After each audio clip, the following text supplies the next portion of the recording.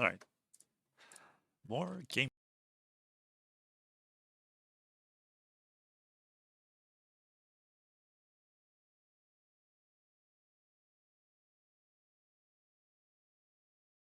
Oh my god. I instantly killed my microphone. All right. Okay, I set up mic monitoring so I can hear what's going on, and hearing me in double is kind of a pain in the ass. Let's disable that, but at least now I have a noise gate. So you should hear less of the clicky clicking. So you can still hear it a bit. Maybe if I'm talking, wait, actually, let's re-enable monitoring. I'm curious. Mic. Actually, we're not hearing the clicking because of the noise gate and the noise suppression at the same time. OBS has truly advanced since last time I used it. Yes, I used to have a really old version of OBS because I didn't want to change my setups, and then I got kind of out of date. But the new features are really cool. But yeah, so yeah, we have the scene over here. Let me show you what I have actually done yesterday while it was gone. Not much since last year because it was kind of late, but I adjusted the rotation speed stuff.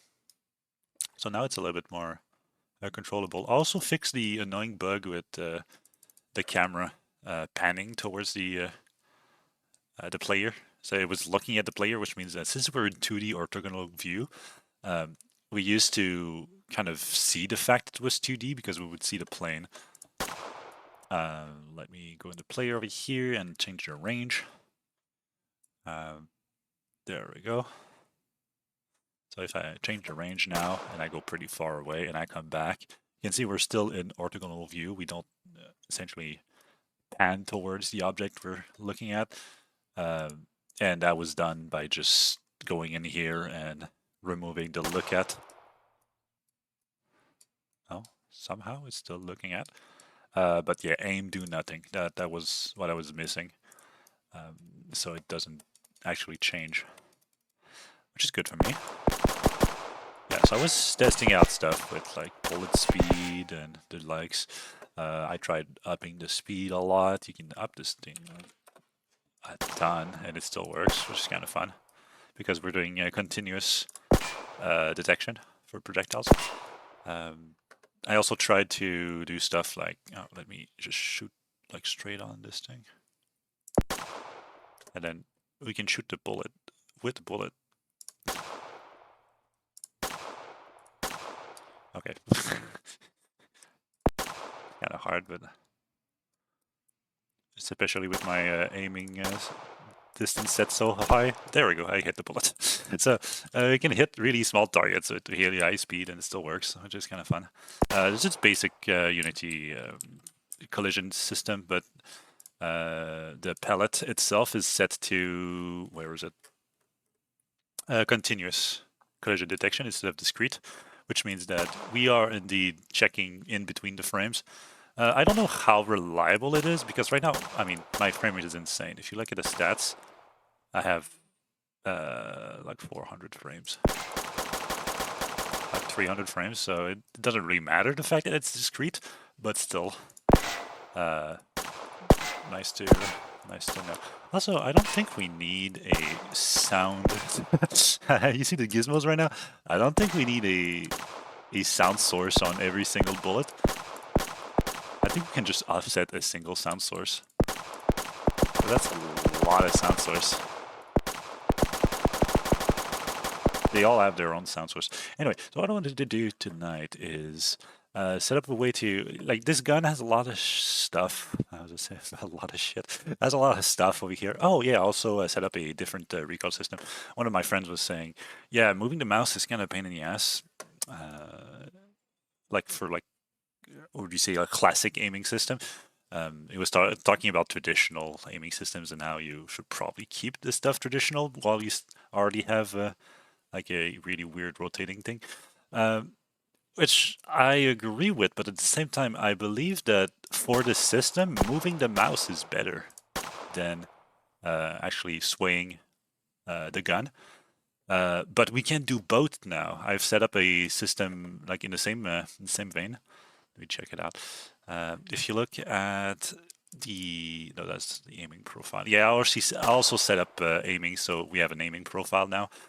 When you look at the player over here, instead of having the curves that are like set up, how do you say? Instead of having curves that are set up like custom for each object, we can reuse the same kind of curves. So if you look at the physics targeter, we're using an aiming sensitivity profile. So this is the new aiming sensitivity profile I've worked with, which I prefer over the old one. I find it easier to aim, but we can still go to the prototype one, the prototype aiming profile, which is like the first version I had that was like good enough for a while. Where is it? Where is my aiming? There we go. So I can go back to the prototype aiming, and then I have the ones I had yesterday, which is a lot more bobbing. Insane bobbing, but I kind of got used to this one, and I kind of like it too, because it's good for different things. Like it's good for close range stuff, like 180s and stuff. So I kind of like this system, but I have like a new thing. It's called classic aiming profile at the moment, which is just a profile that spins less fast. The curve is different. If we compare the two curves over here, this is the classic rotation curve, and this is the prototype. Actually, no. Yeah, I tried to do a different curve. It didn't work. I kind of broke it because I was trying to do too much stuff at once. It has the same curve. Both of them have the same curves, but they have different multipliers for the rotation. It's actually like a tenth of the rotation multiplier and 5 times the stuff. So when you aim far away, you'll get more rotation, but the rotation multiplier is less of a thing. Anyway, so yeah, the new rotation stuff. I want to do the kind of the same principle, but for the guns, right? So at the moment, the gun is just like a hodgepodge. There's different scripts. Actually, it's just 2 scripts at the moment in the audio source, but I want to clean this up a little bit, and then we'll be able to swap them, hot swap them, as we see fit. There we go. So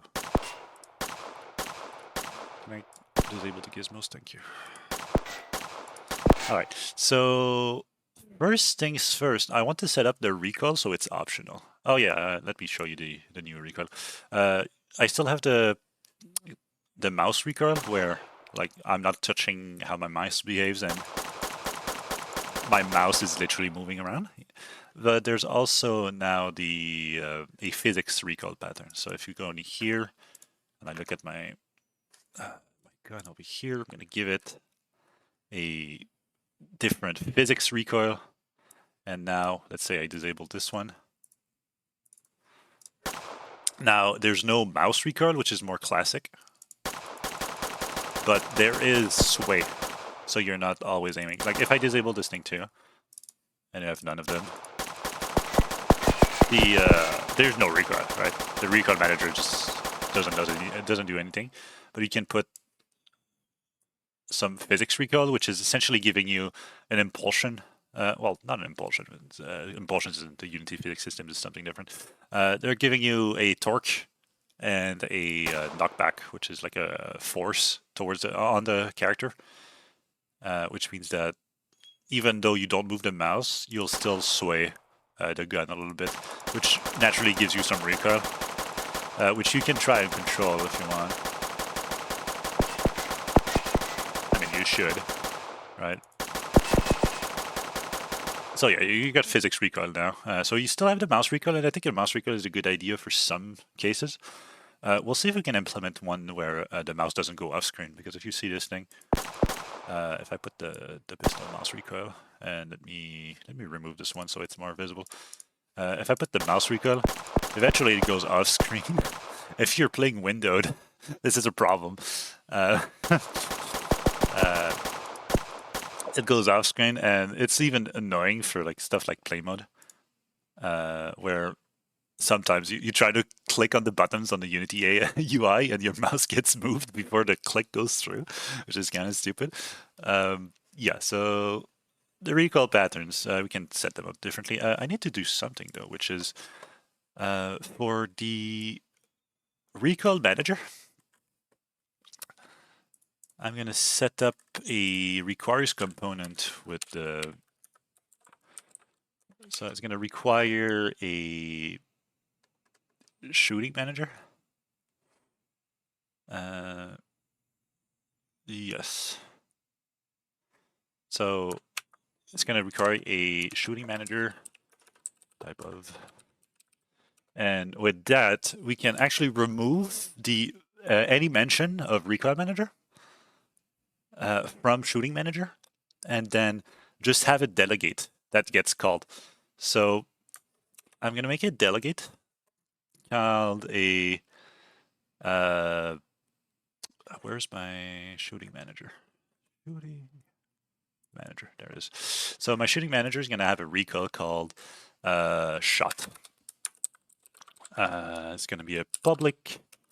That's not how you spell public. It's going to be a public delegate called shot. No, shot. Thank you. And it returns nothing, just void. And for now, I don't actually need inputs. We'll see later if we need some. The delegate calls shot, and then I can make a new. Actually, let me. Can I do that here? Yeah. Delegate called shot, and then I'll make one of the shot action.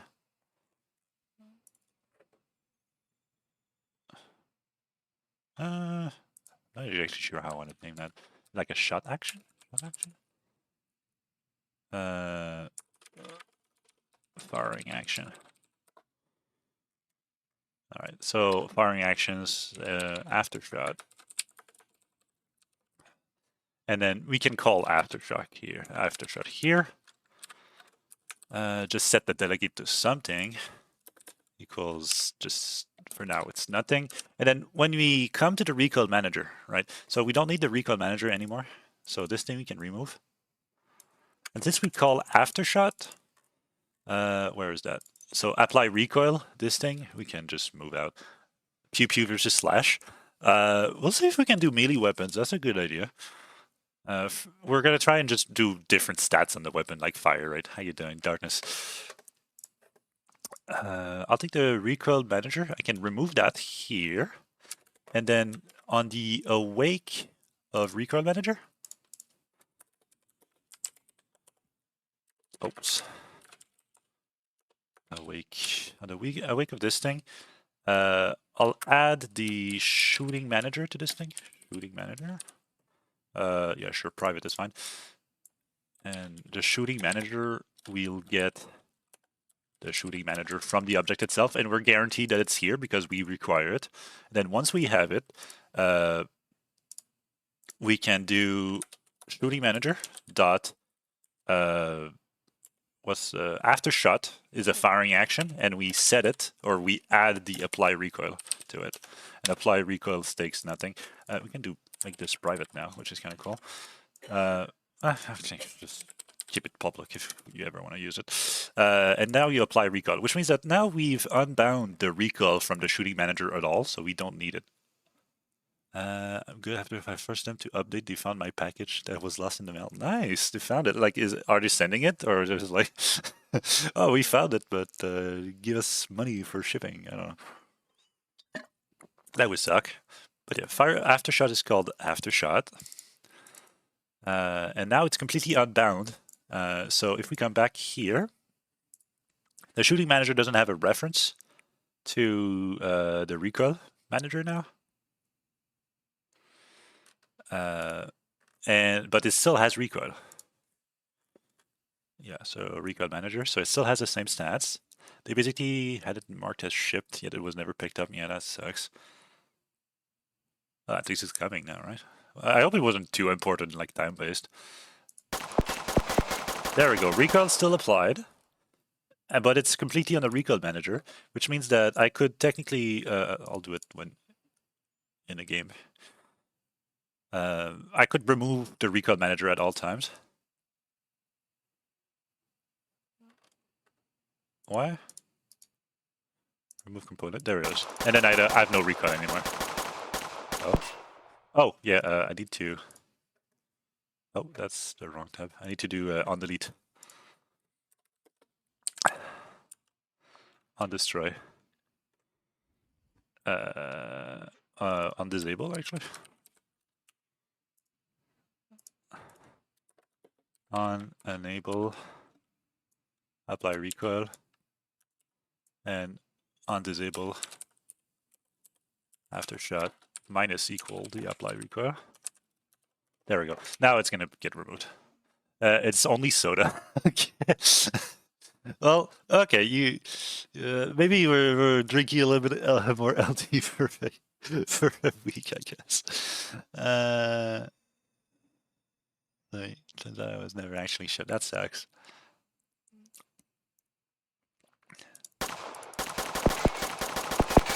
Alright, so recoil's still here, and then I can disable it. No recoil. I can even... Okay, there it is, and I can remove it now. Remove component. No recoils, and then I can add recoil manager. And by adding recoil manager now, where's the recoil? There it is, recoil manager. I can add my pistol mouse recoil. And it's back. There we go, it works. So I want to kind of do the same kind of system for just for generic purposes. So yeah.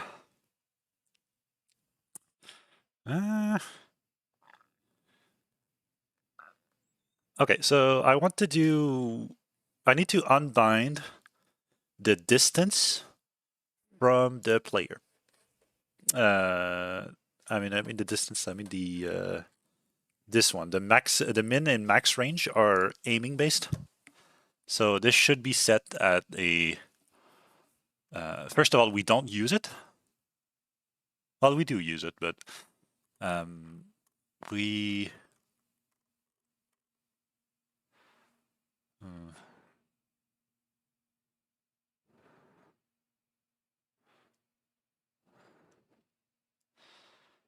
Yeah, we do use it.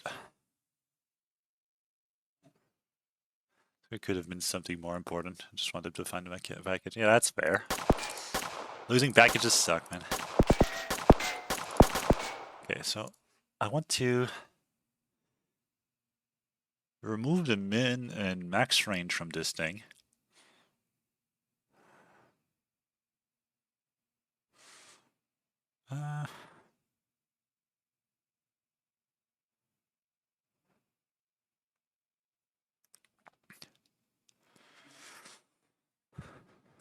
Wait, do we need to remove it, actually?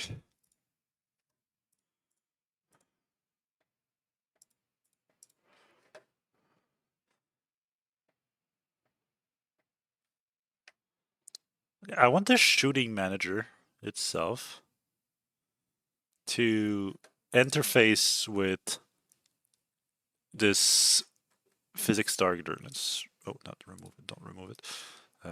Move it up. Move up again. And move up. There we go. Probably the most important thing in here. Yeah, I want to interface the physics targeter to do kind of the same thing where can I set it just a method for min range and max range? Okay, we'll do something. Oh, I have an idea. So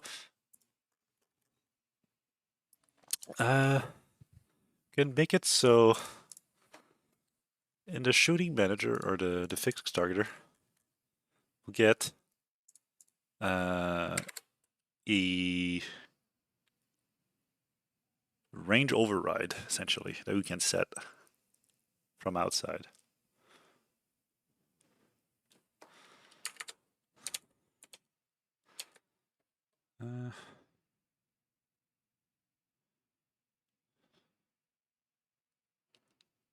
do I want that range override? So what I'm thinking right now is that we have,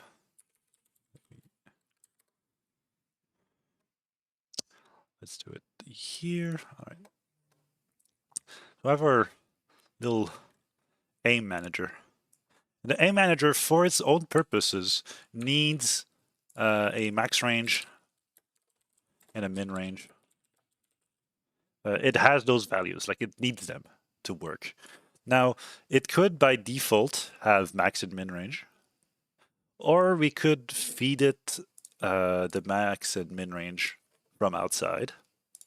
Now, by feeding it from outside, we would override these things, which means we can probably set it up so this object, the max and min range, are an object, a scriptable object, either a scriptable object or just a generic object that is a behavior.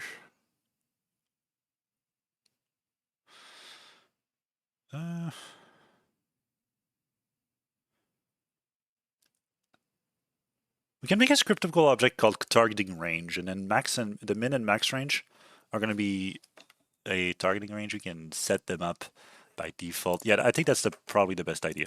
We'll make a new script called targeting range. Where is targeting range? I just need to keep targeting with the same spelling everywhere. I have targeting with 2 T's on the thing, and I think I have targeting with 1 T someplace else. Well, look, targeting with 2 T's, I guess. Naming. Do we use the American spelling or the English spelling? That is always my problem with being Canadian. All right, so this is a scriptable object. Oh. A scriptable object will create an asset menu called, well, okay, that's already the name, is targeting range. Yes, they're telling me there's a typo in targeting. Just different spelling. Yeah. Sure. I'll just do ciblage.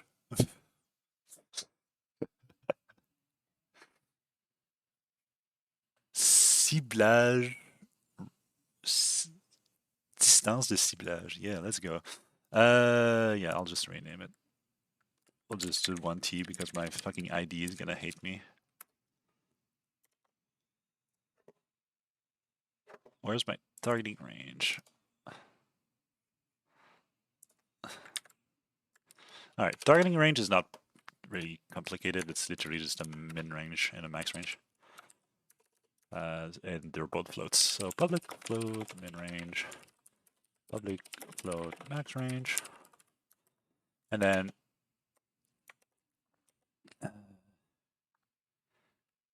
yeah, that should be it.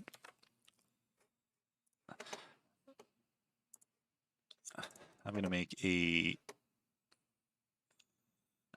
where is it? Targeting range with what I have on the gun itself at the moment, on the player actually. The player is using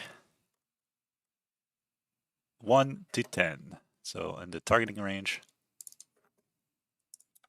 default targeting range. Ciblage with a C, right? 1 and 10. And then instead of using this thing, when we go in the player, can I edit the script from here? Oh, that's sick. Didn't even know we could do that. Instead of having min range and max range, we just go public targeting range.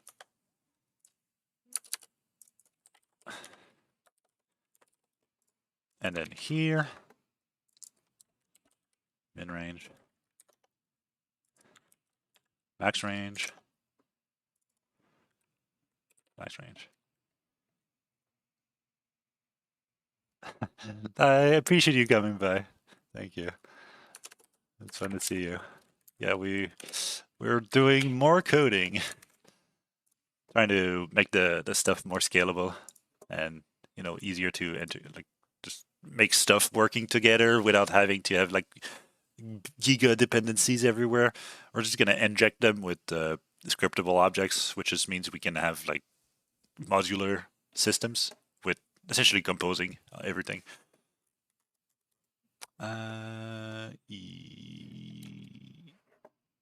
What is this thing? Oh, interesting.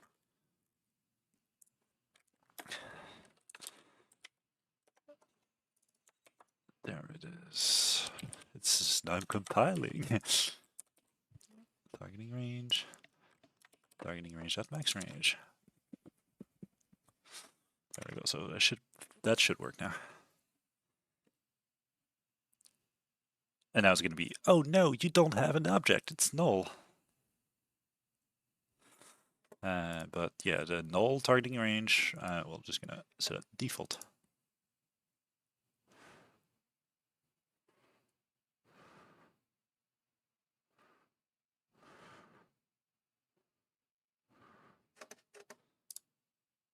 Hold up. Oh, right, I didn't set it up for for the other object. Yeah, that's one of the problems. We probably need a default one.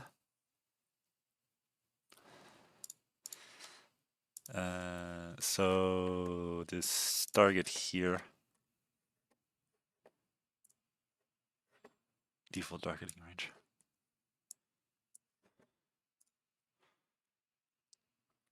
Exploding in my console.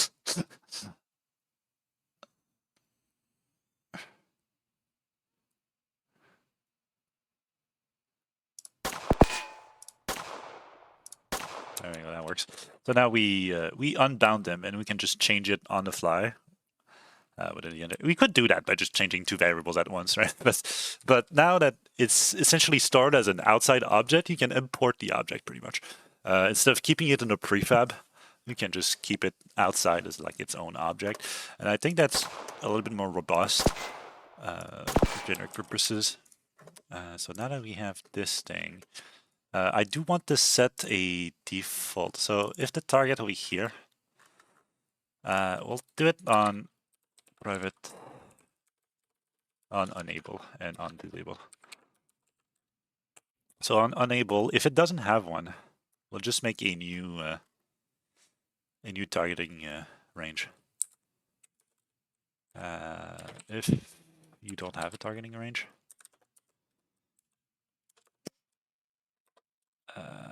targeting range equals new. Did he not like it, right? Because I'm making a scriptable object. Create instance. Does create instance?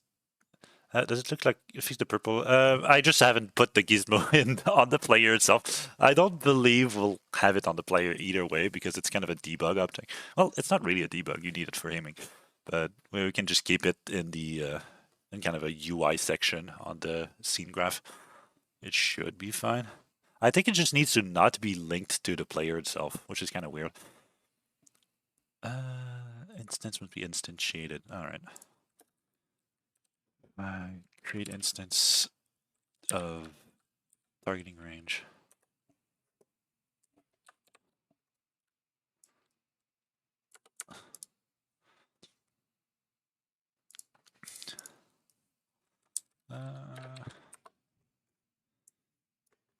I don't know what create instance does to my file system. It's not distracting me. Yeah, yeah, I'm free. Targeting range min range equals 0, and targeting range max range equals float dot max. There we go. There is no range, so I could.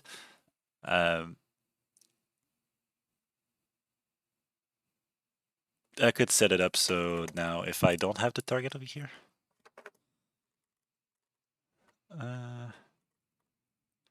so if I don't set a targeting range to this thing, it shouldn't explode now.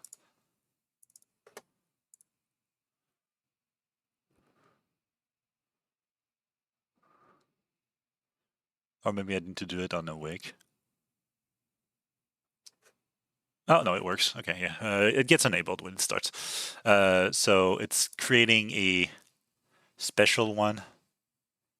So my target over here has a targeting range that doesn't even have a name. It's just a targeting range. And it has the min range and max range over here. So it should be fine. It's safer now. I don't need to do it every time. If I don't place one, it's just going to do it for me. This is probably a good idea. Except it's not really spinning, is it? Oh, it is. It's spinning. It's working. Yeah, I think it's because the aiming profile it's using doesn't really care about distance. So yeah, it spins just fine. We're fine. All right, so that was the first step, which was getting your range different, because the range is essentially your aiming reticle, so it's your sight line. So when you get over here, you know, what I could do is get the bullet speed and bullet prefab out of that, essentially being a bullet factory, because the bullet speed and the bullet prefab, they depend on, like, usually, and I mean, technically you can modify it with a muzzle. No, actually, yeah, it does depend on the gun itself. I was about to say, like, the projectile goes the same speed if it's the same caliber, but that's not exactly true, because it depends on how the gun is set up. I was about to say, yeah, we could just have a bullet speed and bullet prefab just set up, struct, and we just pass it around. It's not exactly that. But you could have a scriptable bullet factory, scriptable object bullet factory. That sounds about right. With like, we could make curving bullets. Oh no, I have an idea. All right, bullet factory is a good idea. I'm gonna create a bullet factory. Do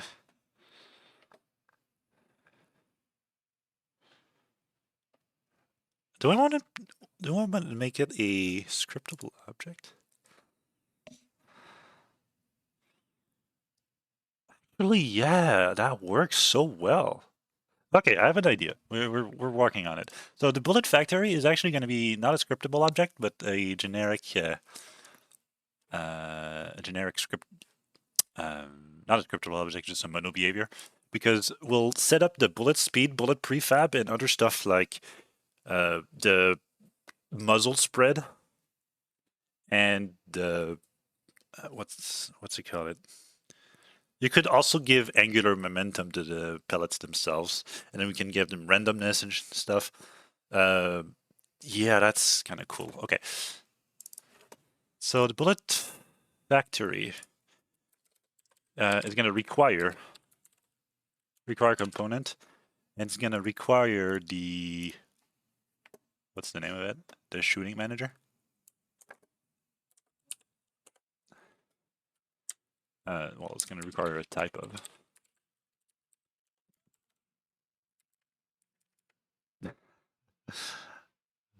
Have a good one. Thank you for stopping by. It was fun. Yeah, so we got the shooting manager on, disable on, enable. Bullet factory. We're gonna need a shooting manager.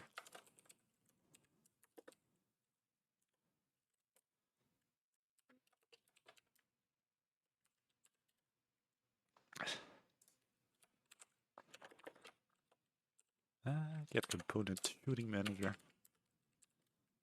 And on disable, we can remove it.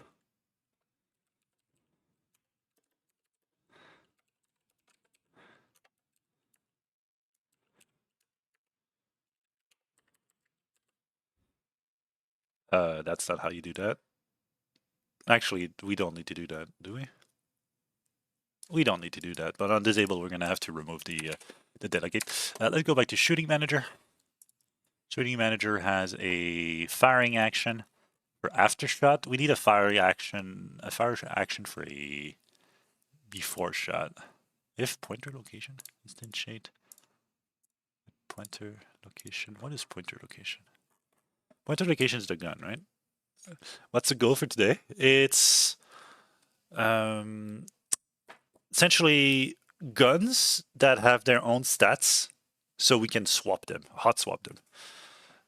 How you doing, by the way, Heisen? Heisen Honig? Do you want me to call you Heisen? Oh, Heisen Honig. Or however you pronounce your name, because I'm not even sure.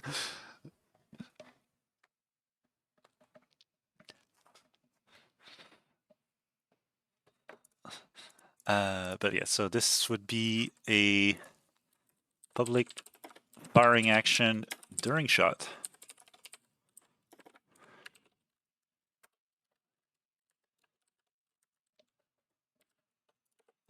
Delegate moment. And instead of being instantiate over here, we're going to do during shot. And then this thing,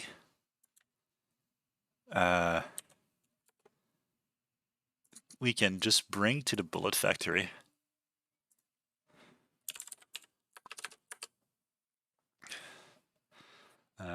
Bring load shoot. We're going to call it great bullets. We're going to need the pointer prefab, the location. Yeah, that's fine. What is pointer prefab? Why do we need a pointer prefab?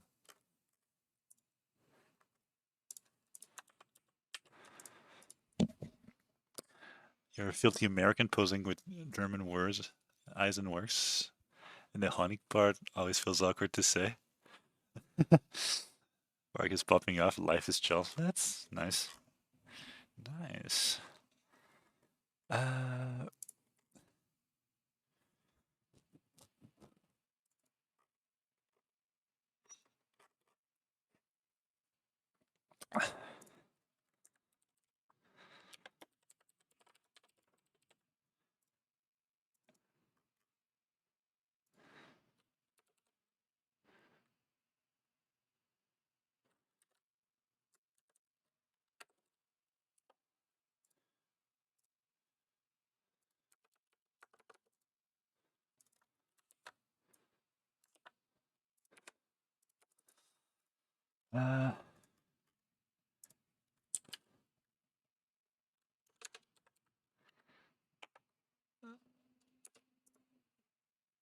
After shot, do I need it? We always need a pointer location, do we?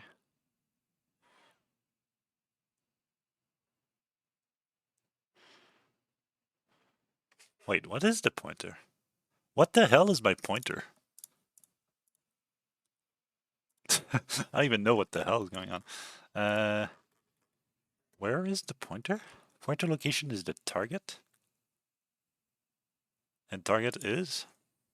Targeting gizmo. Oh.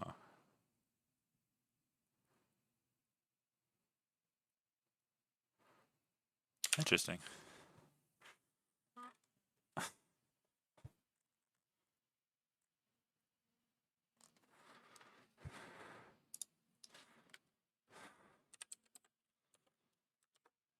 That's still fine. Okay. Apply recoil. Yeah. Transform. Pointer location.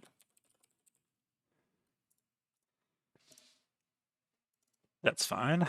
And then for the bullet factory, transform pointer location.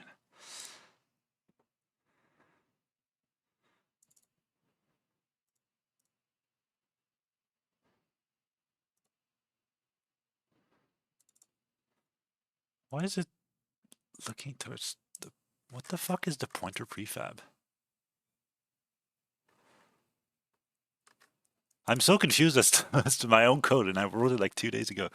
What is pointer prefab?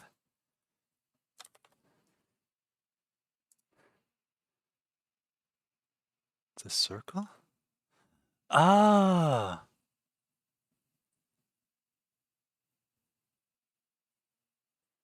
Fuck, that's just UI stuff. What am I doing?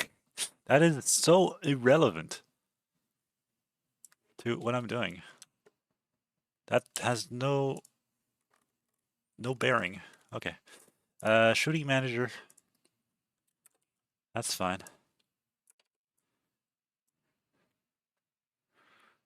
There it is. That's here. That's what we need to do. During shot. There we go. Bullet factory, create bullet. And that's gonna be the fire location. That makes more sense. And then we need the bullet prefab. And then bullet speed. That's fine. Okay. So we're gonna need private game object. Actually, it's public. So we can pass it around. Bullet prefab, and then public float bullet speed.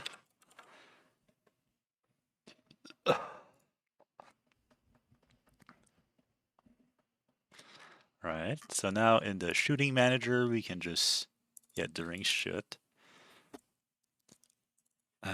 That's fine. Bullet factory here is going to create everything. Shooting manager dot during shot we add the create bullets. There we go. We're going to rename this thing with a capital C, and then on the after shot or during shot too. We actually need to remove this thing so we don't do it anymore.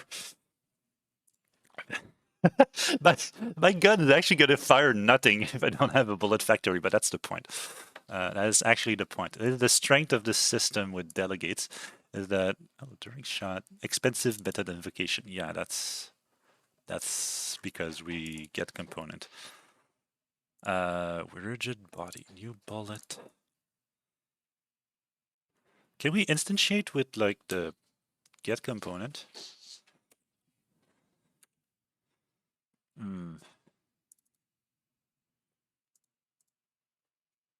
Yeah, well, I don't need to worry about this for now. Optimization is fine, and it's telling me where I need to do it later. Like I have like 400 FPS, and this is a tech demo. We're fine. Go back to shooting manager. Sorry, this is a lot of code, but you'll see why I'm doing this at the moment. So now we can go back to shooting manager. We can remove the bullet prefab file location. Wait.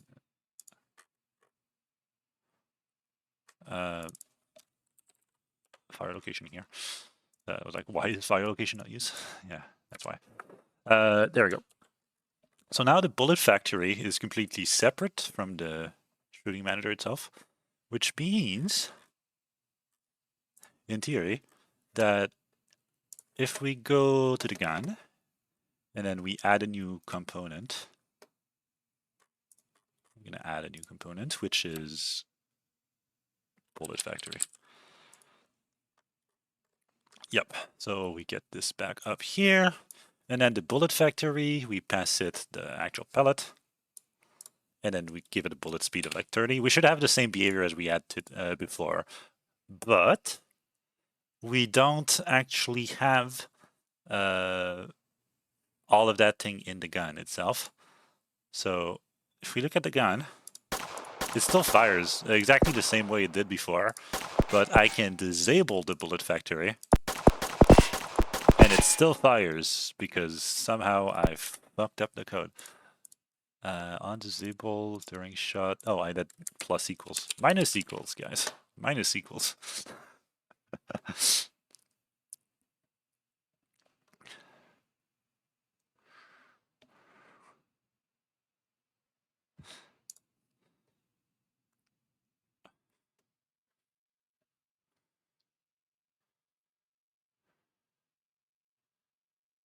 There it is. So now, there we go. And if I disable it, shoots nothing, which you might say is completely useless, but it's really useful because now I can add a new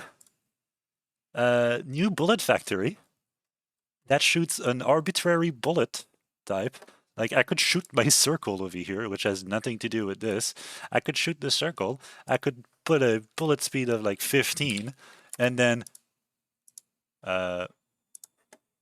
there's no rigid body on this. Oh yeah, okay. It's not enjoying it because there's no rigid body on this. But I could put a no. Don't delete it. I need a specific type of bullet. I could probably do an object for that. But then I can put like another bullet. And then we're firing two bullets at once at two different speeds. They're hitting each other because they're spawning exactly in the same spot. But the thing is, we're spawning multiple bullets with different speed. They have the same speed because they hit each other. And I think, well, technically I should do it like this, but I don't think I can control which one fires first. But yeah, we can add factories as many as we want, which is kind of cool. Now that I removed it, there's a single one. So this is its own thing. And then I can probably put the audio source on the bullet factory too. So what I'll do is I'll get the audio source over here, move it to the bullet factory. And then over here, we'll just do it during shot. So the different bullets have different sounds when they get fired, which I guess just makes sense. Just play one shot over here. And now, oops, we're freeing up a lot of stuff on the object itself, which means it's a lot cleaner.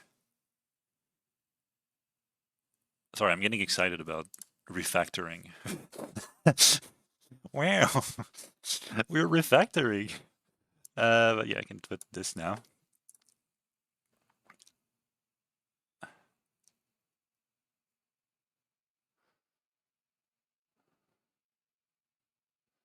Now the audio source is completely separate.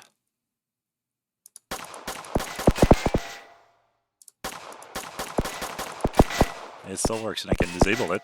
And now there's no sound because there's nothing to fire. Call that about the refactoring talk before Twitch bans you. Oh no. But yeah, there's still recoil actually. What if we put the recoil in the bullet factory?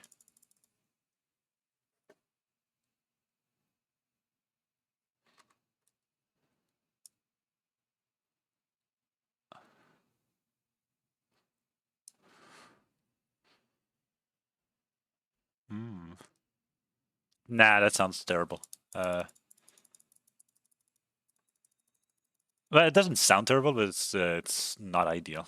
Let's not bind stuff that much. But yeah, we can do that, and if I enable it back, we get fires again. All right. What's the name of the stream? Swappable weapons? Yeah, we're about to get there. So I had a pointer. What is the pointer? What is pointer prefab? It's a circle at the. Oh, that's me. Okay. Pointer location. Why is the pointer prefab?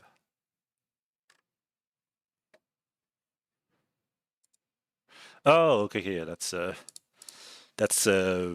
gizmos. Let's separate that too because we don't need it. So we're gonna add a pointer gizmo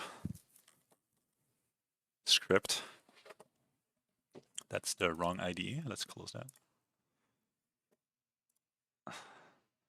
Let's do pointer gizmo.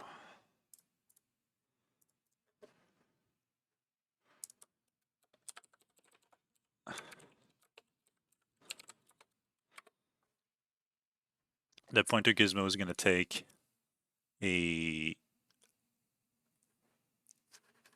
shooting manager. I'm making gizmos. Yeah, it's going to take like all the stuff with pointer, and it's going to put it in during shot if pointer location instantiate. Yeah.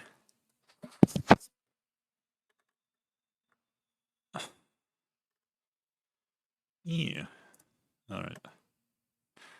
So where's my pointer gizmo?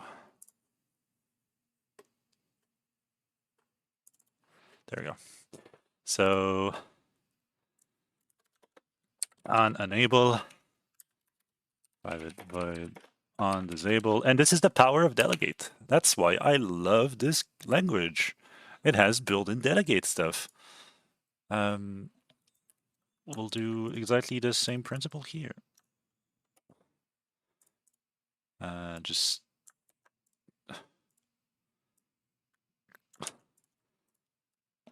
remove that.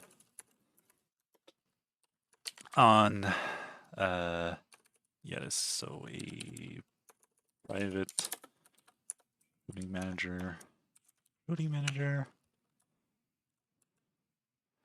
and then we're gonna require component type of routing manager, and then this is gonna be create pointer.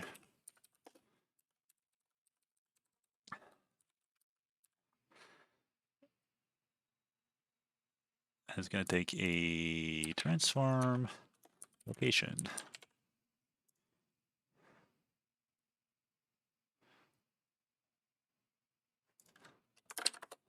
And everything it's going to be doing is getting this thing, putting in here. Oops.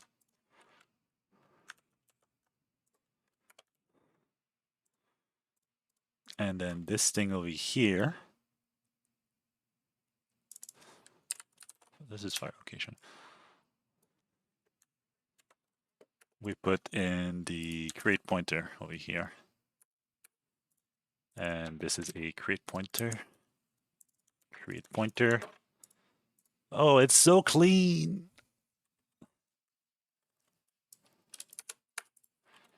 It's so clean, guys. I love it. It's so tiny. All right. So now I don't even know if it shows up on stream, by the way. I don't know if the resolution is good enough. But on my screen, when I fire, there is a little dot, red dot, where I fired. You can see it when I fire a lot.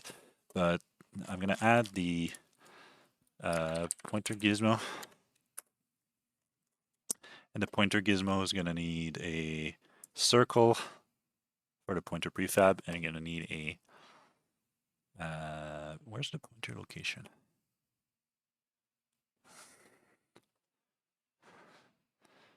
Pointer location.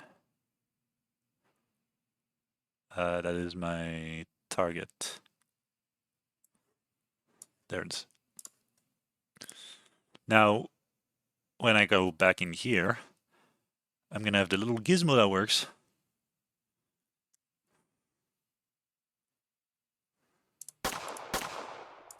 Or it won't.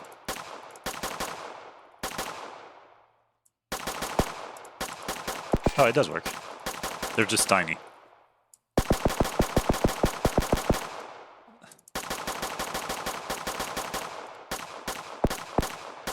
They do not show up sometime.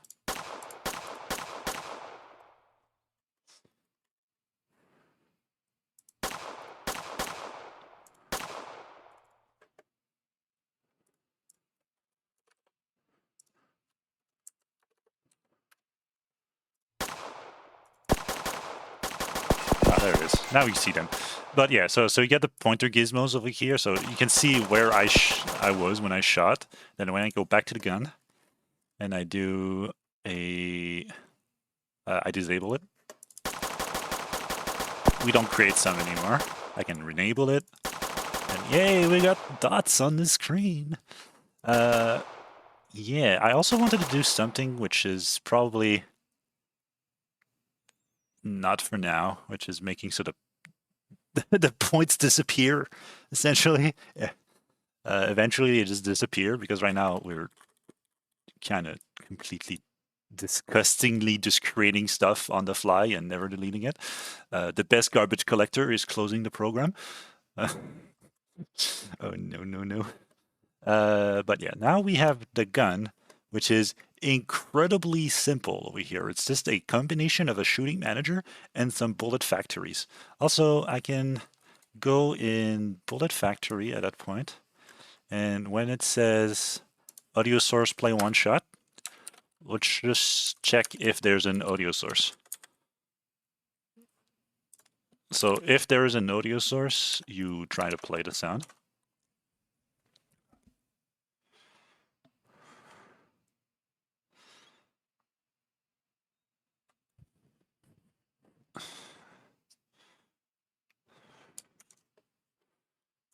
Which should be exactly the same behavior as before. But it means that if we remove this thing, it won't explode.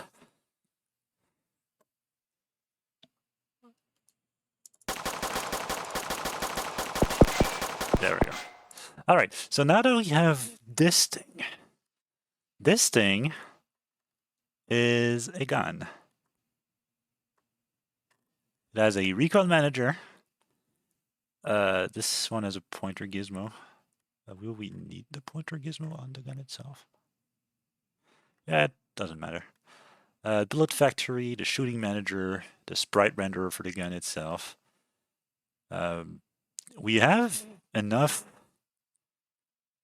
to just create guns and hot swap them now. So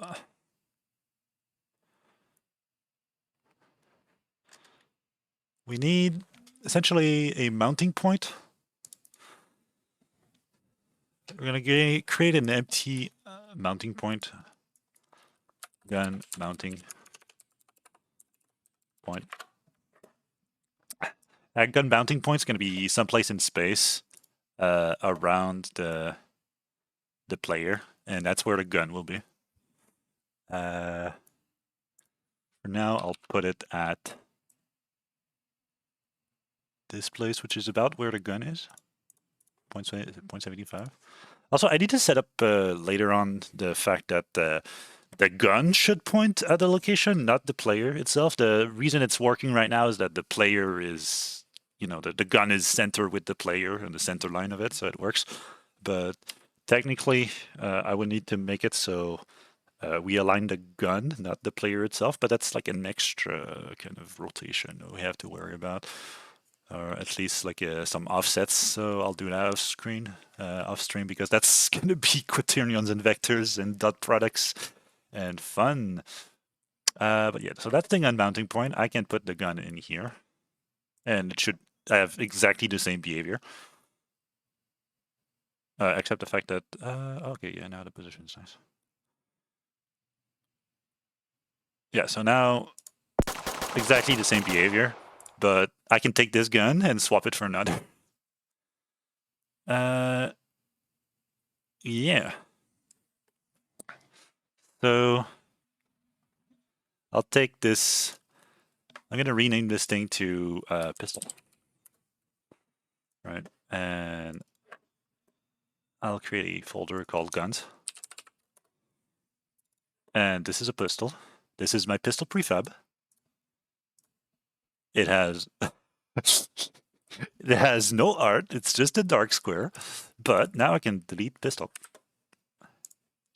Wow. I have no gun.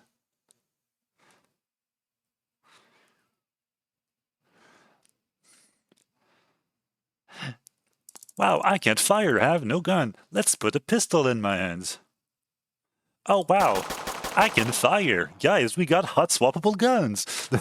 Incredible. That's what happens when you set up your project correctly. Yeah. But yeah, hot swappable guns is already a thing with the system. I just need to... what I wanted to do tonight is not that, because, well, that's pretty simple. What I need to do tonight is probably an action to pick up a gun. So having a gun in the... Can't you do finger guns? I could do a finger gun. That could be the next gun. We're going to do a finger gun. So we're going to make a 2D sprite. We don't actually need a sprite, by the way. I'm just making sprites. I'm going to make a square. It's going to be a red square. Or, okay, we'll make it kind of skin. I am very white. We'll do a kind of skin-colored gun.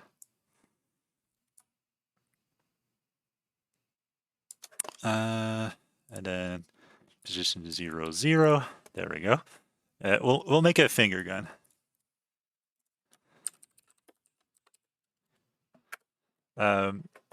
Let me record myself saying pew real quick. Pew, pew, pew, pew. I don't know if I can record with OBS at the same time. Pew. Does that work?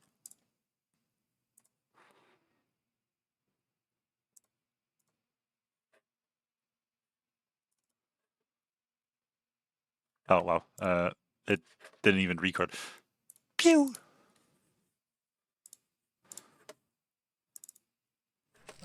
Oh, that's a cat. That's a cat video from Homak.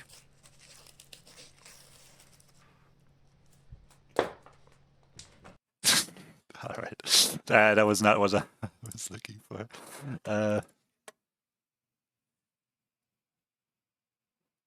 Okay.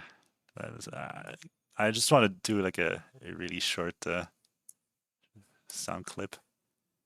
Pew!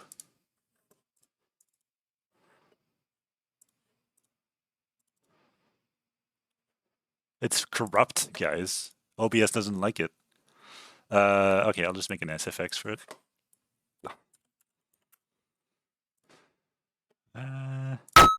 Fuck. Flash make me.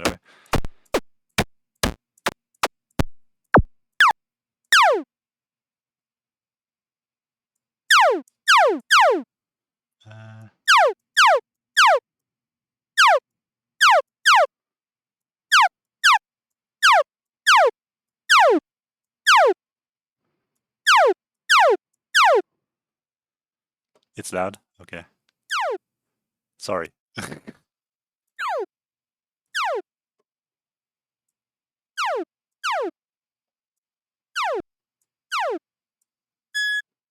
E.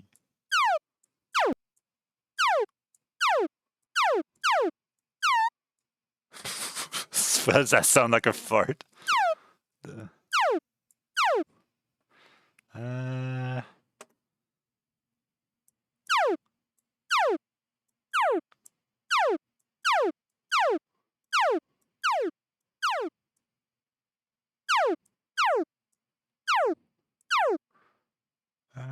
Low pass. Do I need a low pass filter?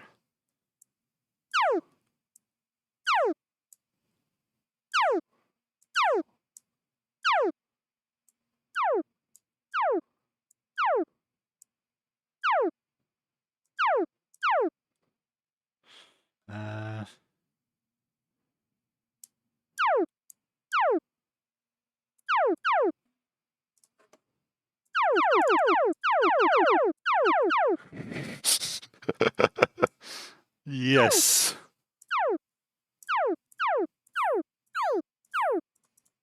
That's fine.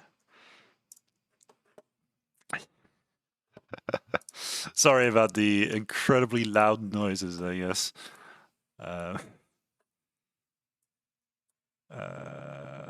Laser shoot.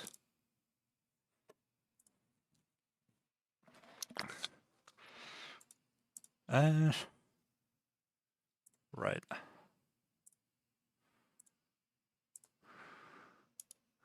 What am I looking for? Yeah, this thing. Let's put that in my sounds.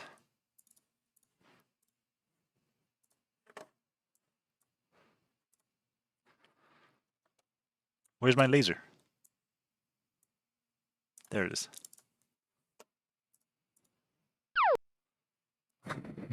Incredible. So let's go back to the finger guns. Well, shoot manager. I'll make a pew sound off stream. Let's make a 1 second cooldown. The fire location is the finger gun itself. And then we'll put a bullet factory and an audio source. Audio source, put the laser sound in it, pass the audio source to this thing. The bullet speed is gonna be really fast because it's a laser. It's gonna be a laser gun. Sure. Bullet speed of 100, and then the bullet prefab will make our own little bullet. So we need a rigid body and audio source.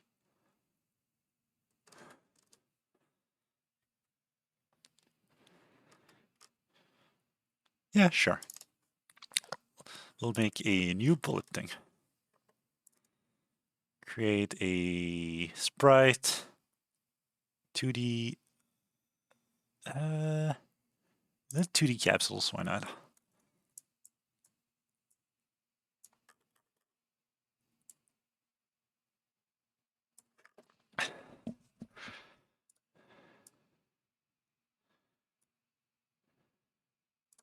A little red laser.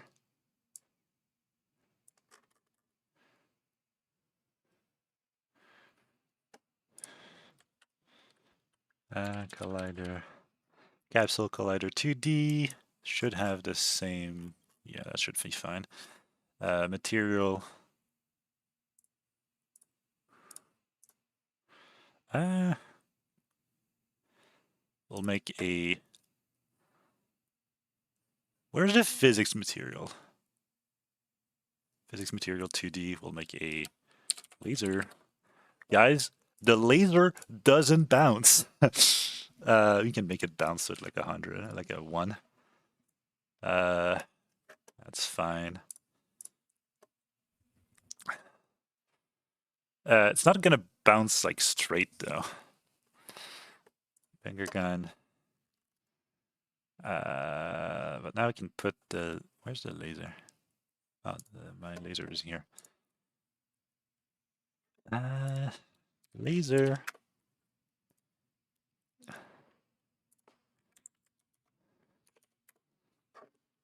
I'll add a rigid body. Rigid body 2D. The material is going to be laser. The mass. Does light have mass, guys? It doesn't really.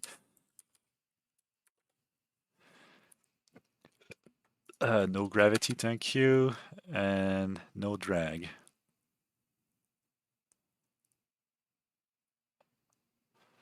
I could just say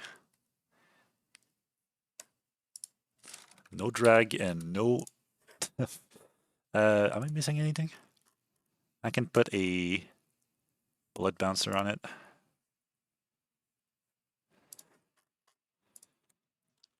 Bullet bouncer and an audio source.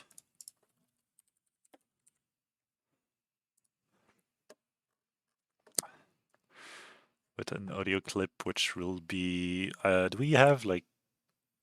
I'll make a special audio for a laser hitting something. Where's my mouse? Okay, that was weird.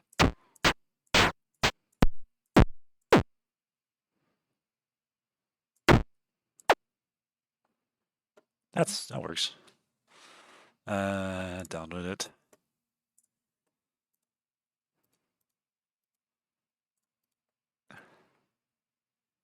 Where's the rename?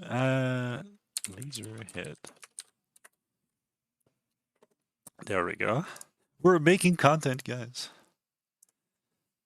You wish making content was that easy for your favorite game. Laser hit over here. And then I can come back to this thing, put the laser hit. Put the thing here. Now we have a laser. Now, if we go back to the finger gun, I'll put the laser here. I can delete this.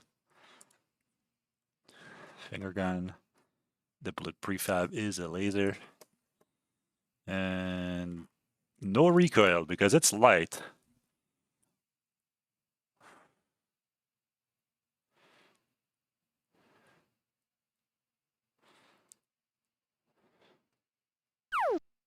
Oh, whoops. Play on awake, nope. And for the laser, play on awake, nope. All right, my bad. I keep forgetting to. I don't know why play on awake is on by default. But yeah, so now we have. Why am I hitting?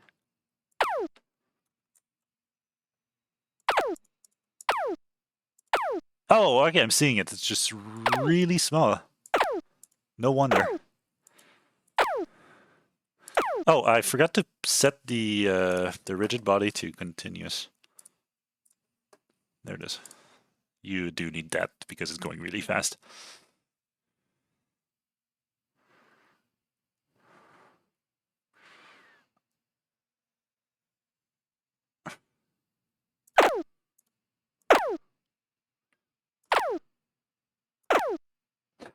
Okay, the laser is bouncing and like going in the crazy direction. I can lower the speed a bit because this is kind of insane.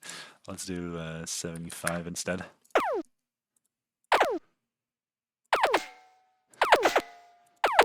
Metal sound with a laser hitting. Okay, it's still going a little bit too fast. We're gonna do 50. Okay, the laser is too small, guys. I can't see it.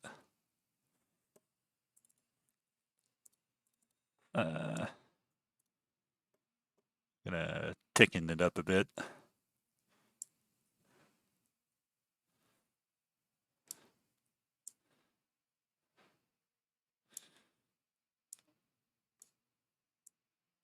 That should work better. Now we can see it.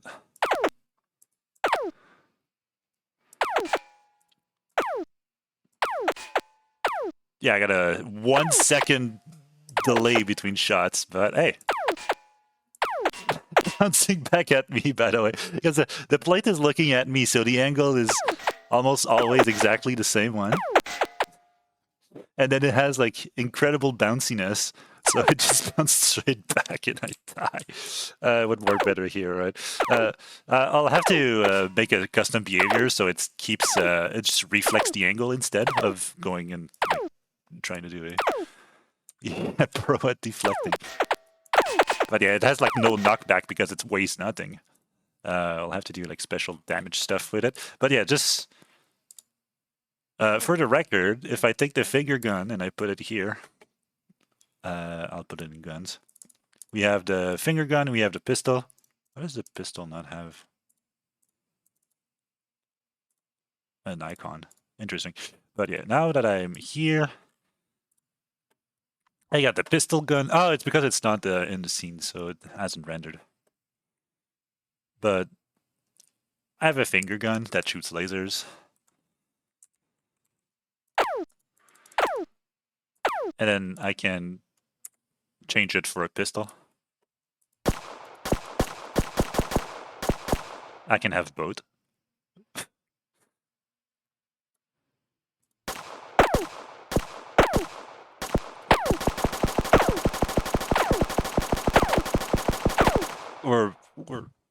We're cooking, guys.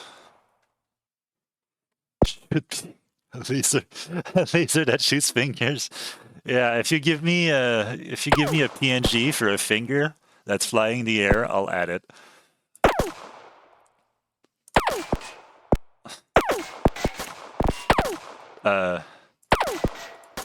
Ideally something that is not copyrighted.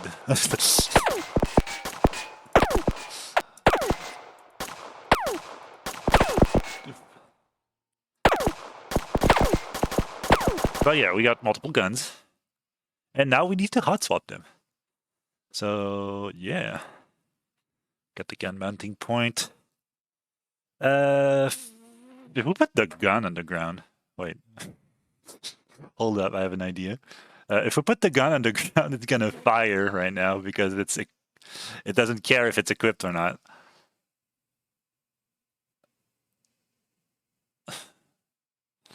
Uh-oh.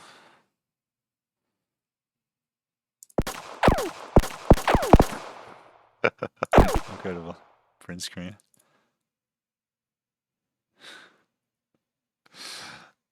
Alright, I can work with that.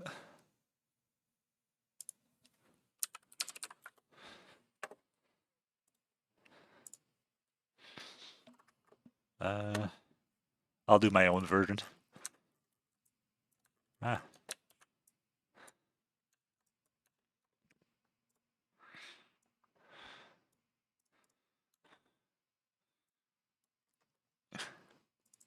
So just a little modified version of it.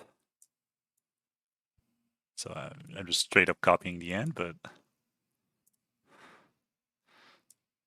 there we go. But this part is going to be a bit different.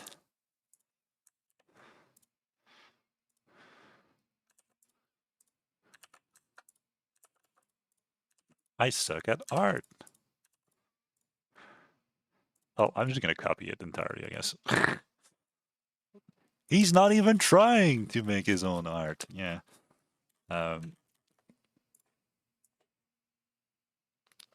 But I wanted the pixel version of it. Crop the selection. Ah, the finger gun? Yeah, that makes sense.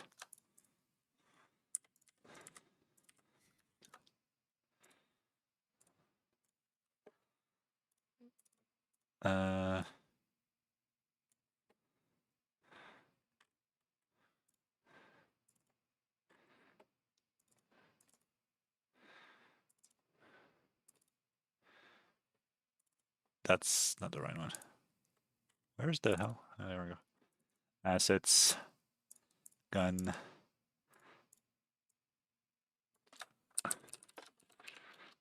Fingergun.png. There we go. The basic pointer for the mouse. Yeah, that makes sense.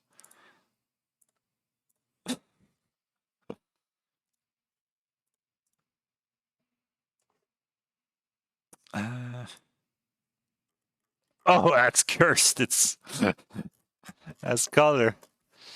Can I say it's?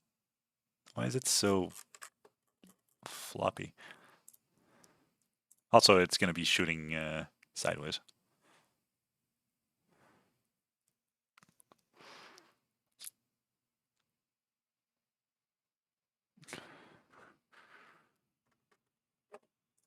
Where's my finger gun? Is my finger gun hidden? Oh, it's not the right sorting later.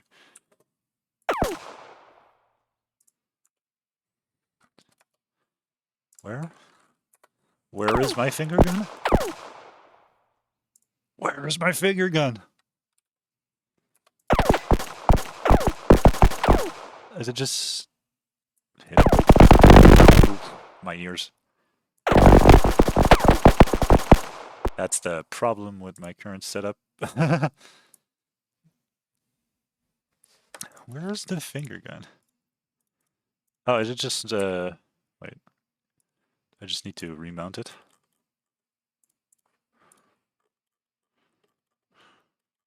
Oh, it's just tiny. Yeah.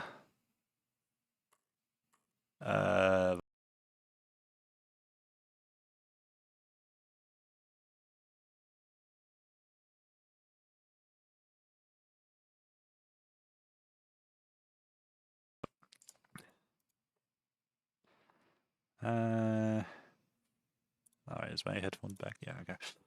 I need to flip this.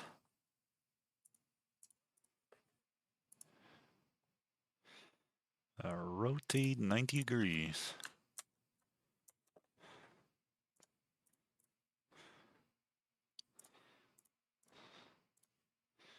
Alright.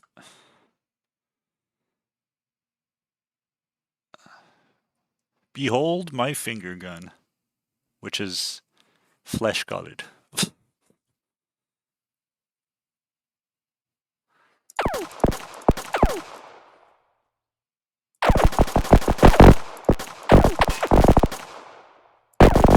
not exactly sure what's going on with the resolution. Just trust me, there's a finger in there. Oh, it's just tiny. And it's already blurry, I think.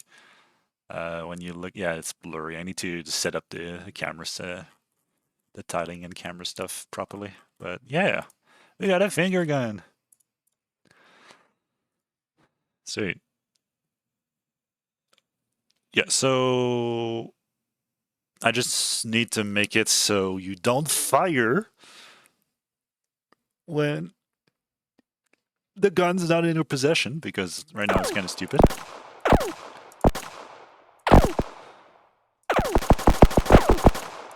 All right. So let's remove the pistol. So mounting point.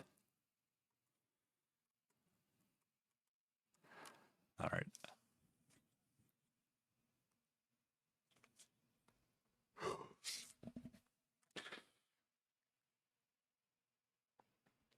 I just got an idea for how to fix the aiming problem with like having a reticle that's different, but it's vector math, so let's not do it. Nah, not right now. Let's focus on weapon swapping. Right, so I don't want a weapon to fire. So I can probably doing something like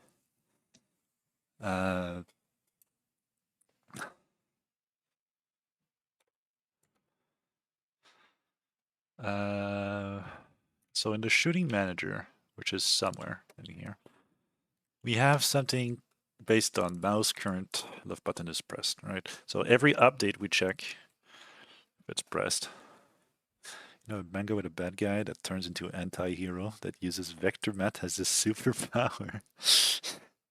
Does he use quaternions?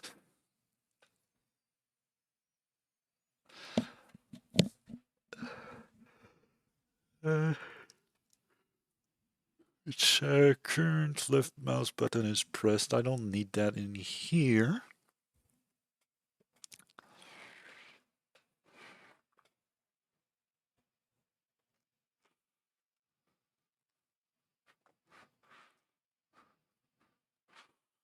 Is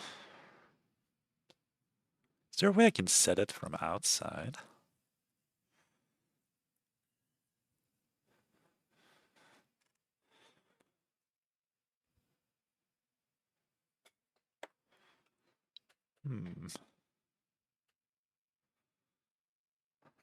So essentially, I just want to do this. It's just owned by the player. Of course, I could just put a boolean over here that says just owned or like player owned. But there has to be a better way to do this. I can probably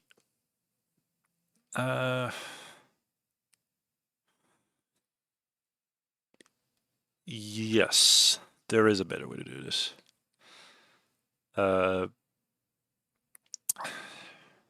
Yeah, that would work. I'm thinking about setting it so there is a player-owned variable because we're going to need it anyway. So we can do a public bool player-owned, right? And in here, instead of doing current left button is pressed, we check if the player-owned first. So it needs to be player-owned and button pressed. So if we come back here, by default, the gun will be false. It will be false, so the finger gun won't even fire unless we tell it it's player owned.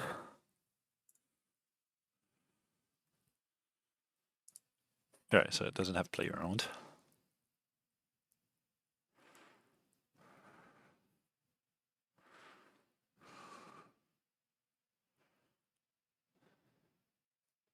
There it is. So it doesn't fire because it's not player owned. But if you do it player owned, it can fire, which means that now we can add, let's say, a gun over here. We can add just a pistol, like this.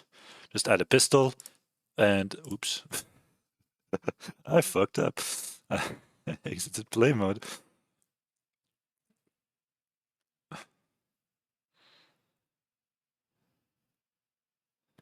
can add a pistol to the scene. And then it doesn't fire by default because it's not player owned. Oh, yeah, I did do it for the pistol. Finger gun, player owned. There we go, it fires down. The thing is, I want to set player owned automatically if it's on the character, right? Do I want to do it every update? Is there a callback for added?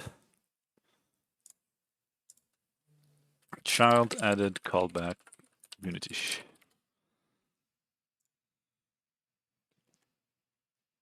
You can't through normal behavior. Right number of children, then validate that on update.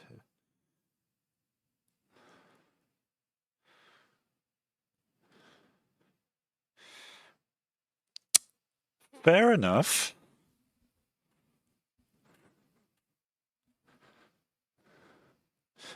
You can basically rewrite the vectors of stuff to like instant reflect attacks. But then he gets a headshot and needs a machine to do all the math for him. Interesting.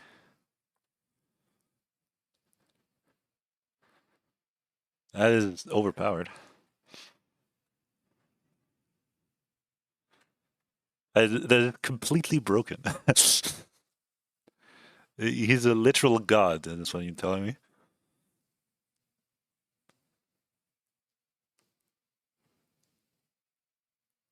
Like this guy can fly, right?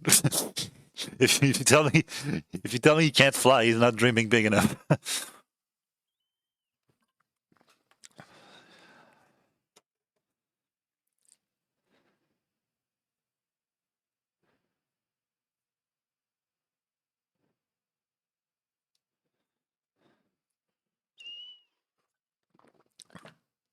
The guy that controls his vectors, right? His superpower is controlling vector.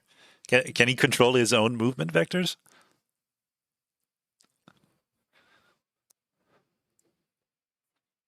Or just others?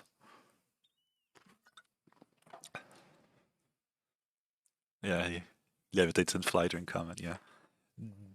Dream big. You can control the heart of your enemies. Everything, like every movement or non-movement can be reflected as a vector. Like it can be thought of as a vector. So like literally any point in space has a vector. And it could be a position vector. You could literally just take like an atom in your body and move its position. And that would be a vector because you consider the position of the atom as a vector to like a space, a place in space. Causes lightning strikes. He's not big enough. The guy can literally do anything. You can only stuff he touches. Okay. He can still rip your skin off by touching it.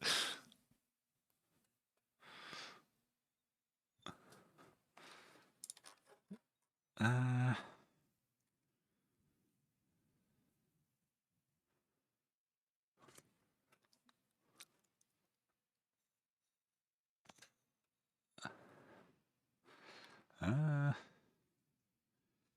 Advantage a little slower.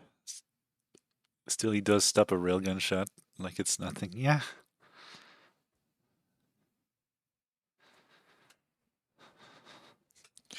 Yeah, he's invulnerable, right? He just tanks bullets because he instant. I mean, depends on how much time he needs to move the vector. Like if you tell me it takes a couple milliseconds, he's already damaged. The only reason he lost is because he fought a guy whose fist is immune to powers. Okay. Uh,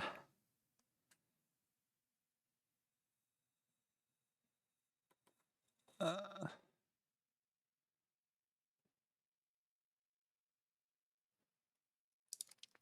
on transformed children changed. Yep. All right.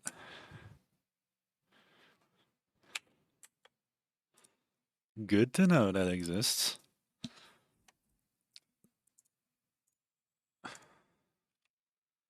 Uh,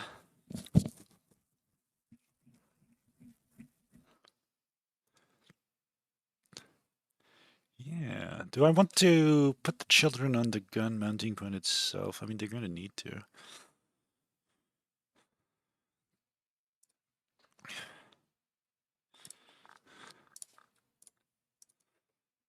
Let's make a gun mount here.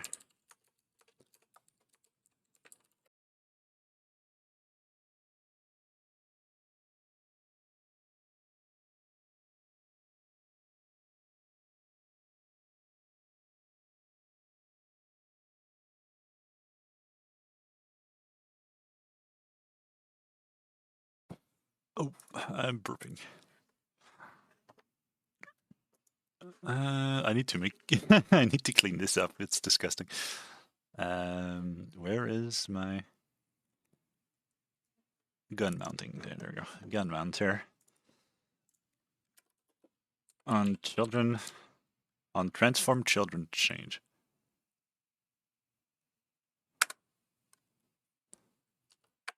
There we go. Uh,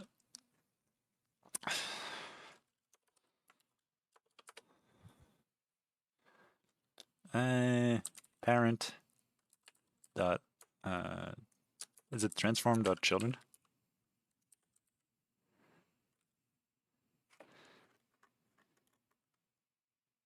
Can I get all children? He was pretty much invulnerable because of a bioengineered mind allows him to do all the vector math instantly. Damn, this guy's overpowered.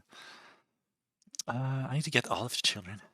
Yeah, can you get the children that was added or removed on the add children? Is not working edit or modded again. Oh.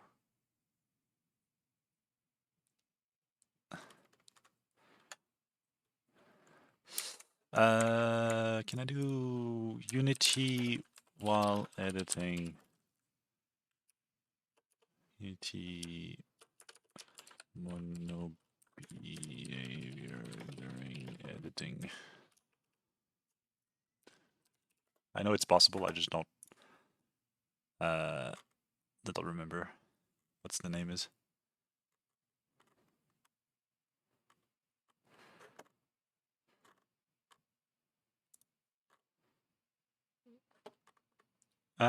Custom editor.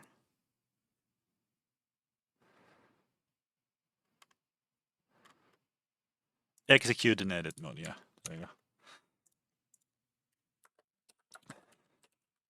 Execute always. There it is. That's what I need. So execute always, and then on transform children change, you go to transforms dot child.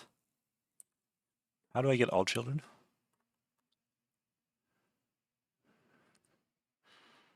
What is this? This is the non-generic version of this method. Include inactive components in children. That's a list. Oh.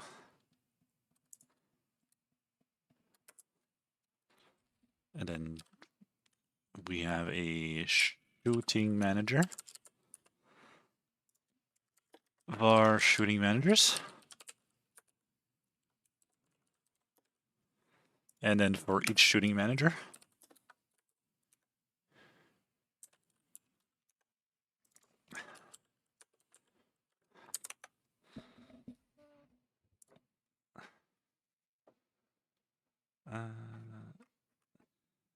outside of the guy with a magic fist, the only time he got injured was when he was busy recoding and stopped a virus from a supercomputer, so he couldn't use his power.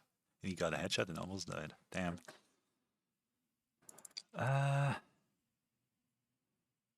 Oh yeah, I need to know. Okay,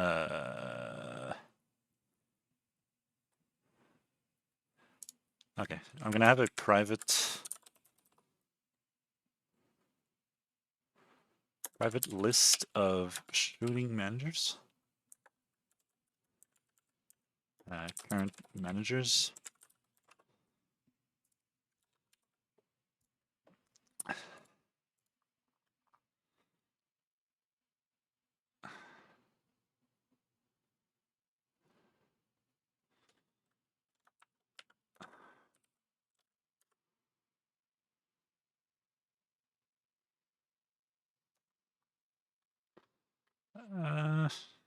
There's a very inefficient way to do this, but honestly, it's not going to change often enough that it's a problem. I can do it like disgustingly for now, and it should be fine. So you can go current manager that contains shooting manager. Yeah, contains is not efficient. Um, if if it contains shooting, I made a hash set. Yeah, that should be faster. So if it contains a shooting manager,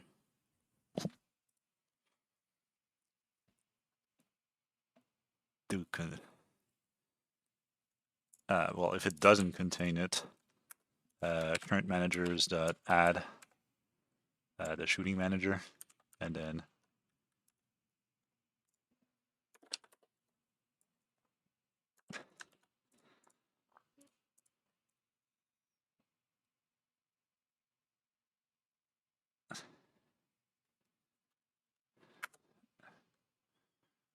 shooting manager dot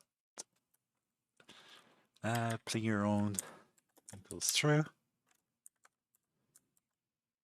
There it is. If it contains, there it is. And then we'll just check the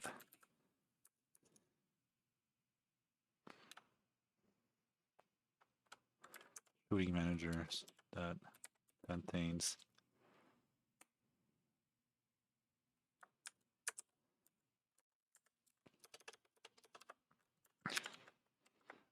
link queue contains all. Is that a thing that exists?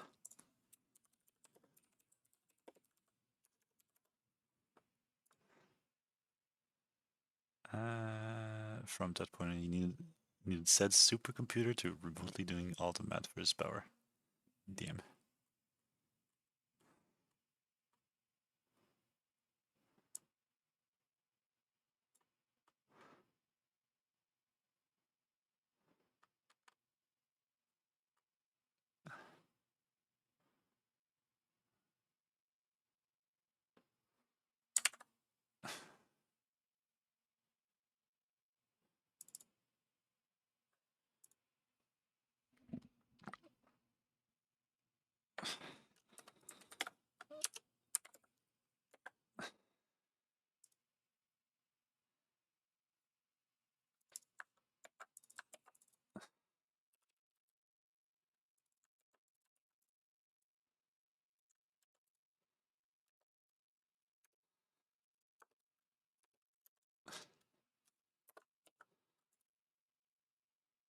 Uh,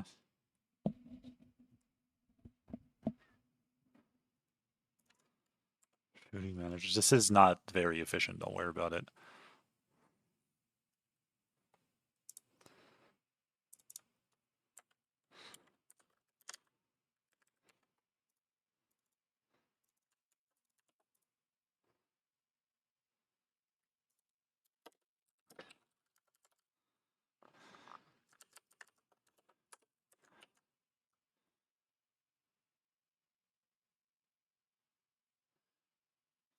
If the current managers doesn't have what?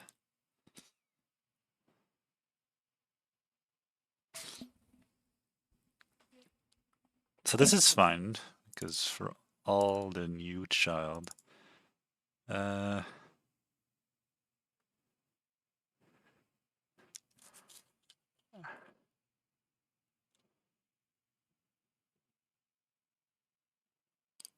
oh yeah, it's a not if it's not in here.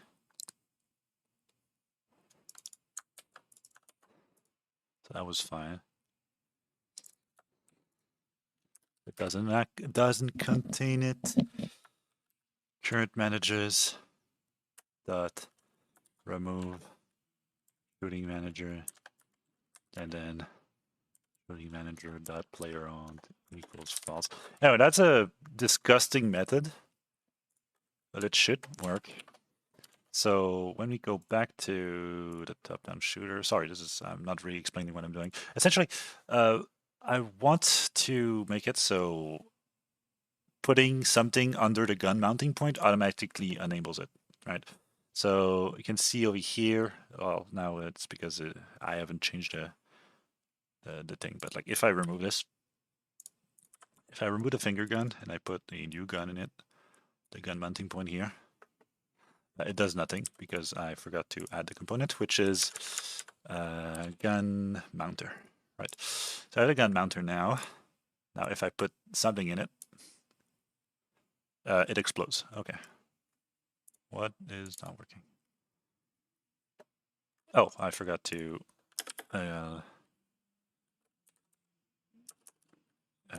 new hash set.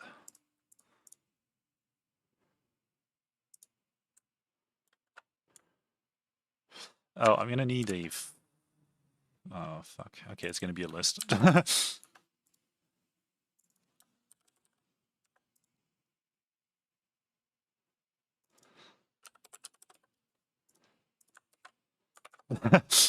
Unity doesn't serialize anything that isn't a fucking list. I hate it. I mean, I can make my own serialization for the hash set, but that sounds inefficient. Actually, it's less inefficient, but yeah.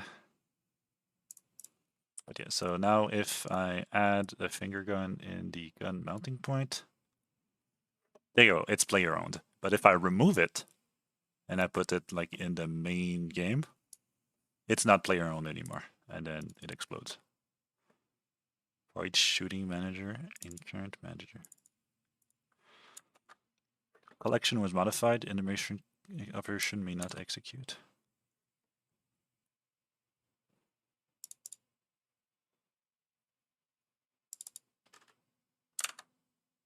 What?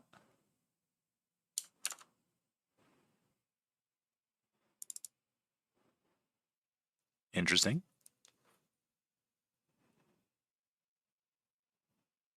How is that a thing?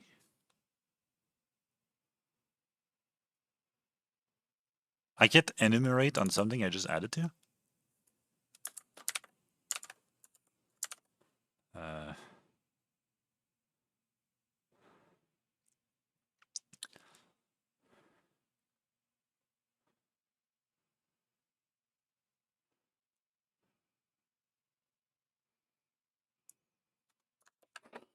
What the hell?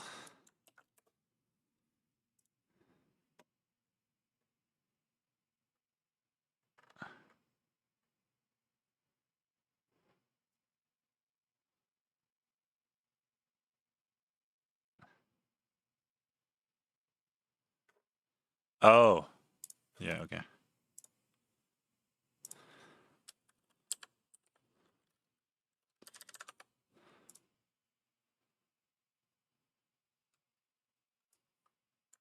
I guess I can.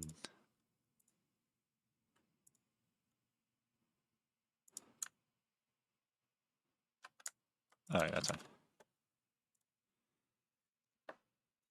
Yep.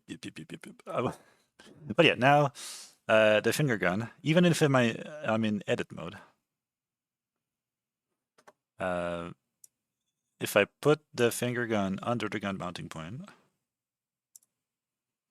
it's player owned, else it's not player owned. Player mounting point, player owned, not player owned. There we go. And that's when gun mounting point gets updated because it has a gun mounter. And if I put it in here, you'll see the gun mounting point has a new manager in it, which is the finger gun.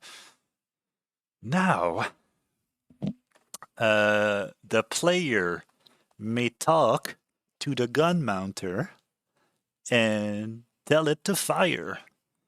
So,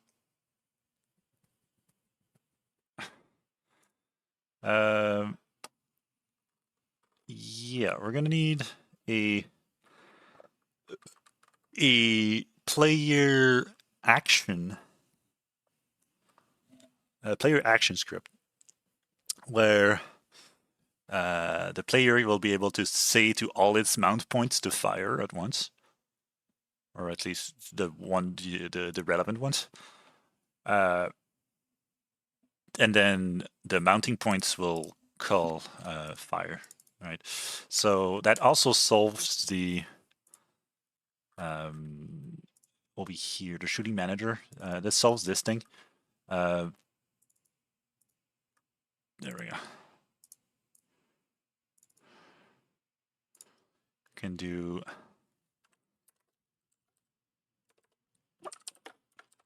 attempt fire. Attempt firing. There we go.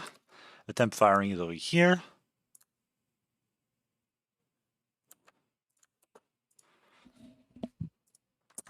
And here, for now, we'll do attempt firing here.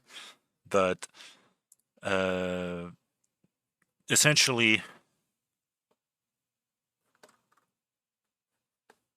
attempt firing all. In the gun mounter, we're going to add a attempt firing all.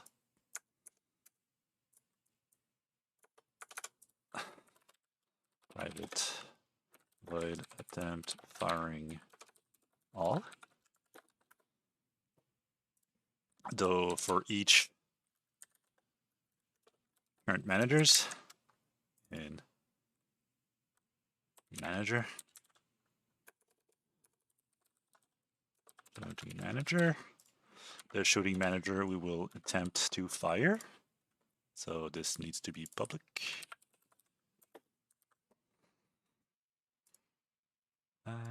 Gun mounter attempt firing. There it goes. And technically,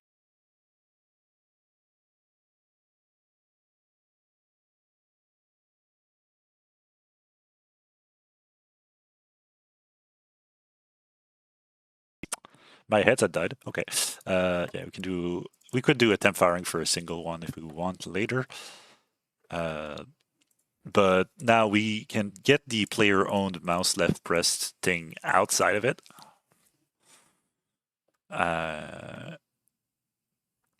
So the physics targeter.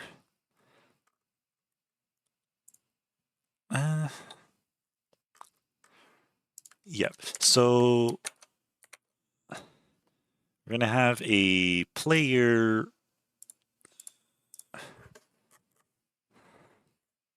Get a new script.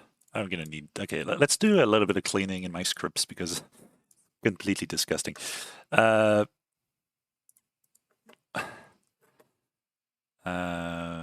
gonna have a folder for physics movement.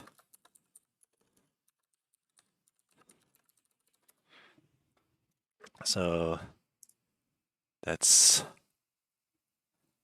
aiming sensitivity profile.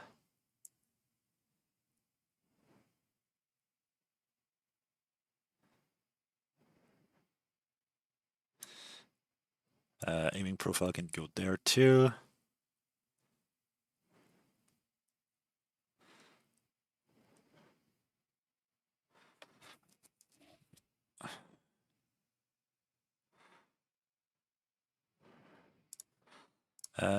Bullet bouncer, physics movement, go.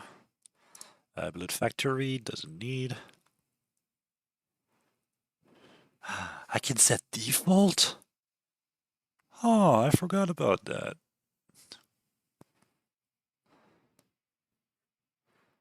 There we go.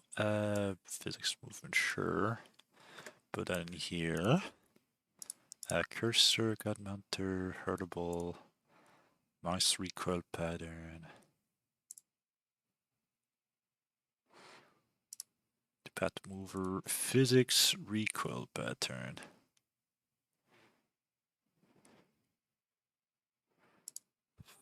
Physics targeter, that's in physics movement. Player mover is in physics movement.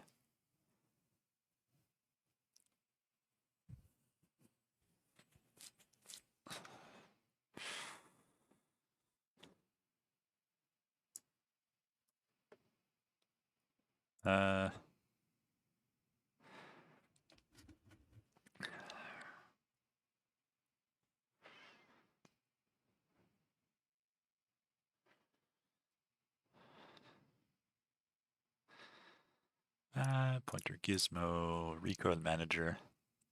That's fine. Shooting manager. Also fine. We'll keep it here for now. Targeting range, that's fine. Actually, that's physics movement.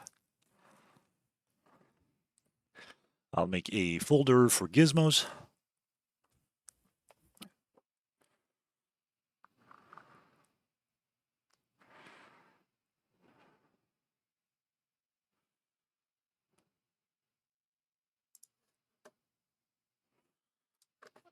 Create gizmo.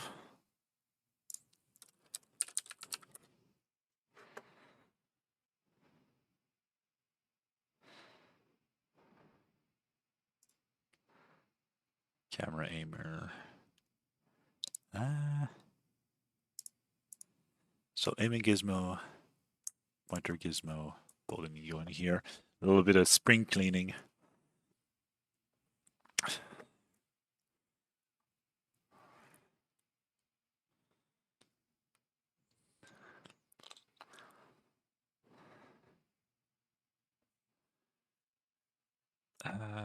This thing can go in gizmos too. Those two go in gun. There we go. It's a bit of refactoring.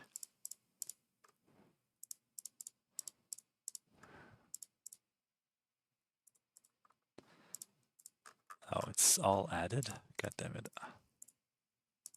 It's not counting as moved. Unfortunate.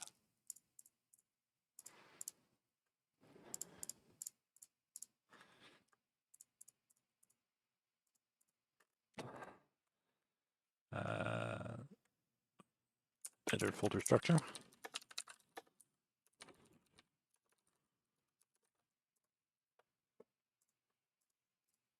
Oh, I should probably play if I want to test something.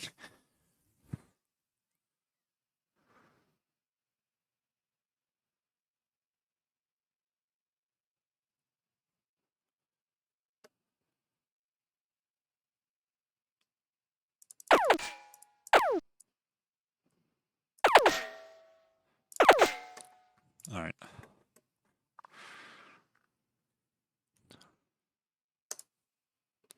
Push that thing to main. Straight to main. All right, so we're gonna have a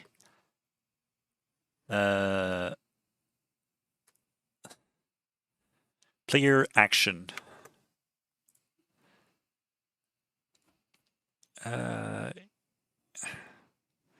Yes.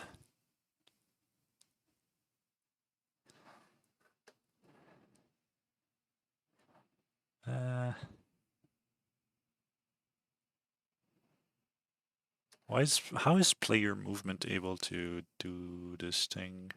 Oh, it has the input assets. There it is. Yep. So player mover is going to be, we're going to need a player action hub. So we're going to do a player action hub. And the player action hub is going to take a control scheme and it's going to fire off events when it updates. And then people are going to be able to subscribe to the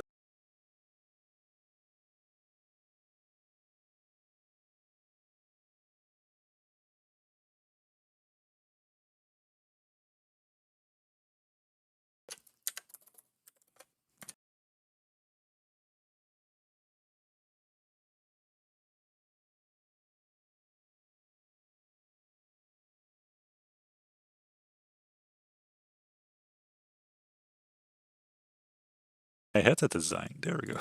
It's back. Yeah, like if we go back in player mover, they have wait.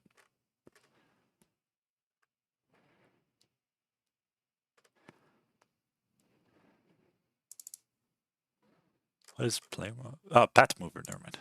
Where's my player mover?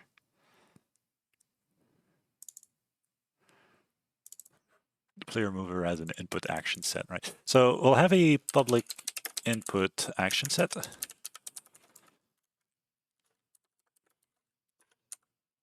Asset, I mean. player input asset, which is global.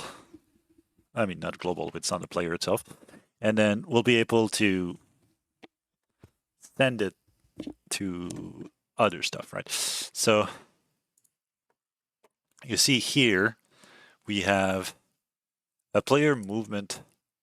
A player mover needs a player action hub, and it's gonna get its own action assets. But instead of doing it at every fixed update, we're gonna do it whenever there's an action for move. So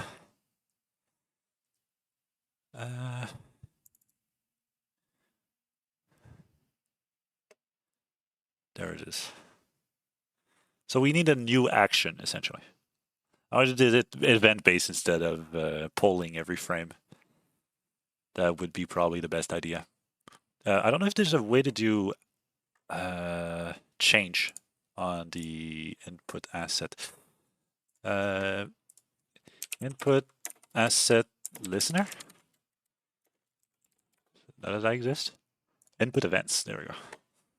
So inputs are event driven. All inputs are delivered as events and can be generated custom input by injecting events. You can also observe all source inputs by listening on the event flowing through the system. All right, how do I get an event?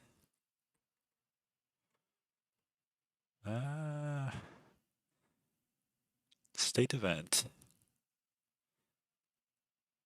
Read value from event. On event. There it is. So is that a thing? So you have like input. Let me check something. Player input. So player input asset. Let's just, I'm gonna do this thing real quick.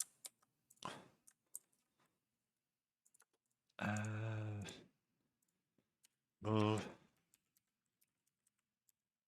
on event. What is this? How do I get state event?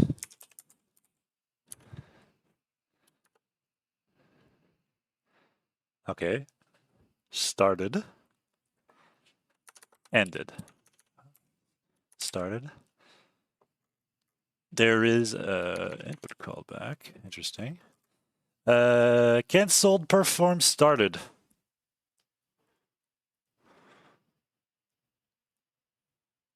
Interesting.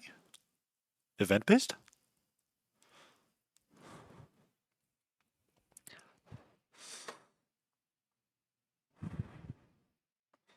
Your action hub performed.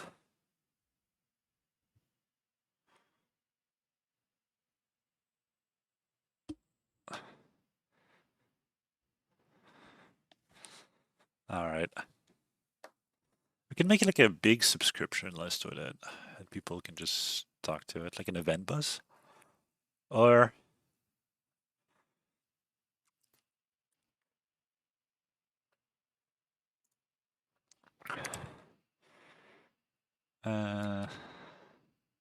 callback context. So performed, right? So if we perform this, so this is an action. We'll do plus equals. I want to see what that happens. So how that happens. So I need a action performed. What's the meta definition on this thing? Action callback.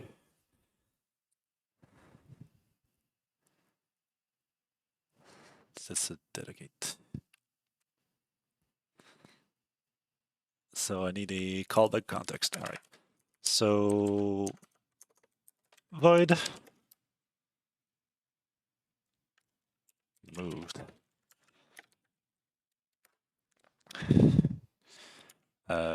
Then we do action callback. What's the name? Callback context. There it goes. Callback context. Callback context. And then we can, I'm going to debug log it.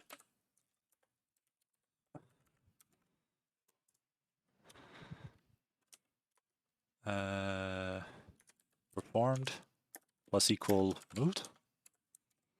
Okay. Let's add that to the hub.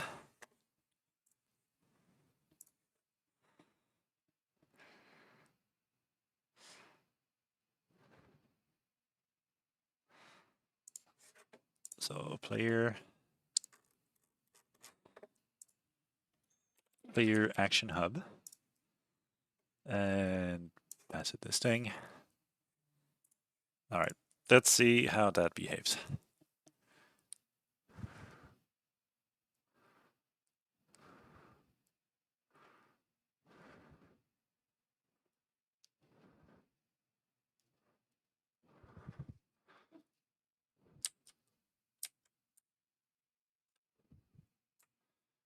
Okay, so we get the start.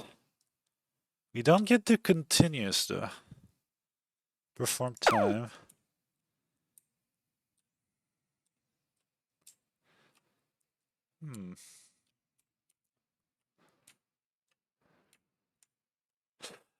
It's pretty useful though, but it's action based, which is incredible because you don't need to do polling. I hate polling. Actions are my new best friend. Yeah. Okay, is there a... There's a started, there's a performed, and there's a cancelled.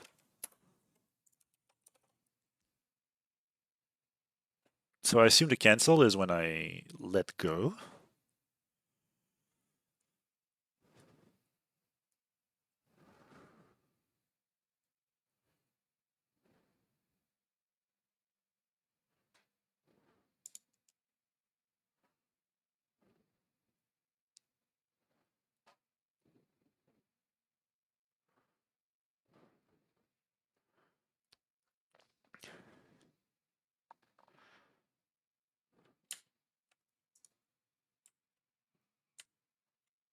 Yeah, so that's when I let it go.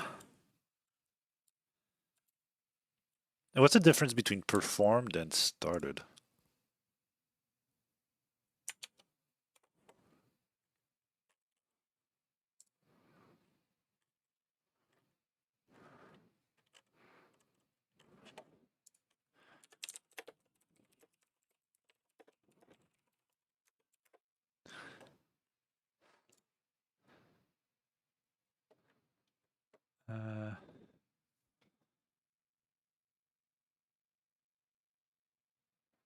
I'm doing this so you could just call the onMove start.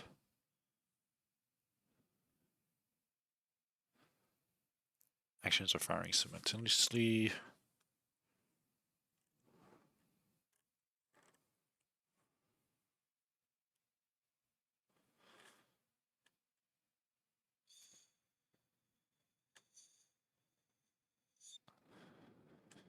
I was getting values depending on how fast I move the joystick. As soon as updates start, it takes in that one value and just keeps that value until it stops interacting with stick.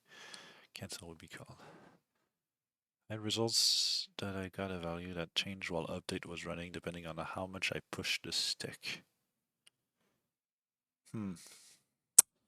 Yeah, I want a change. Like, can I get on change? That would be nice.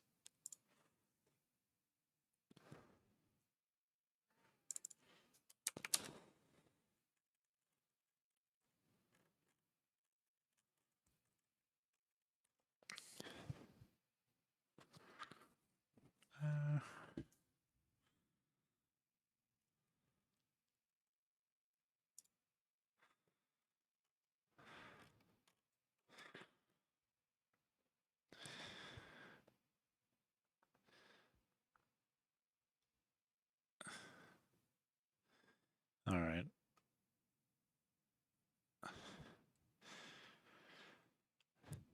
Can I make a structive delegate?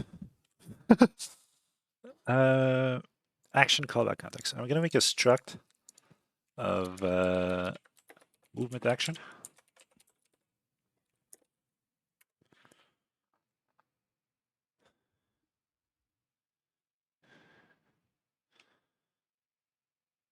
Astro movement action is gonna be a action callback. Action a callback context.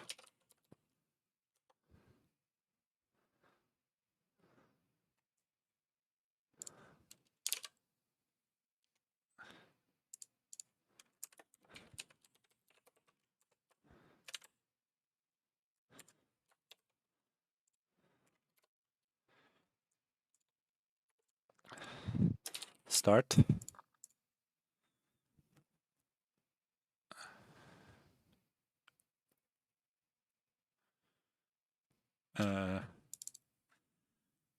Gonna make a hub action.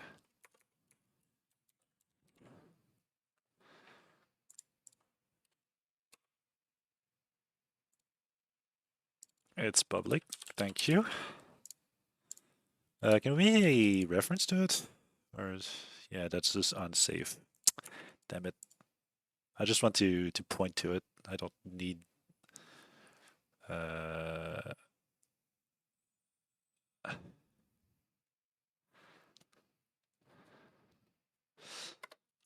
have like the reason I'm doing it like this, by the way, is because I want a little. Do I need to do it like this? I don't need to do a struct.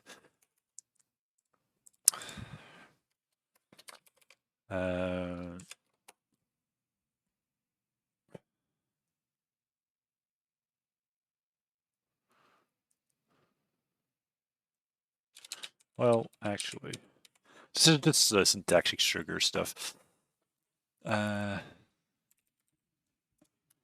Ended.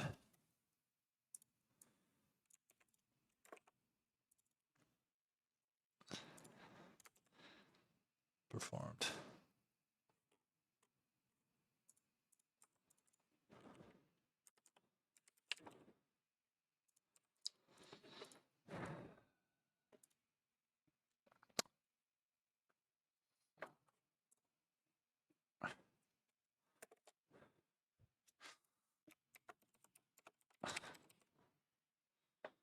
And then you have the public string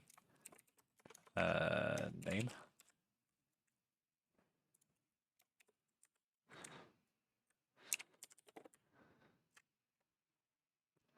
And you add a you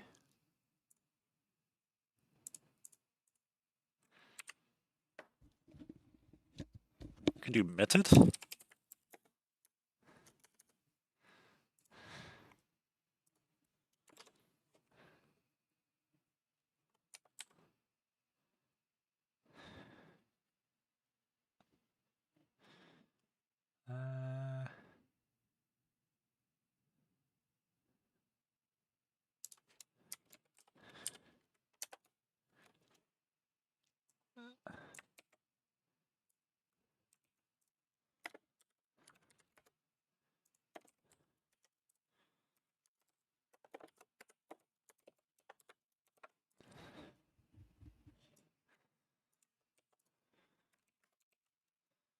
Add performed.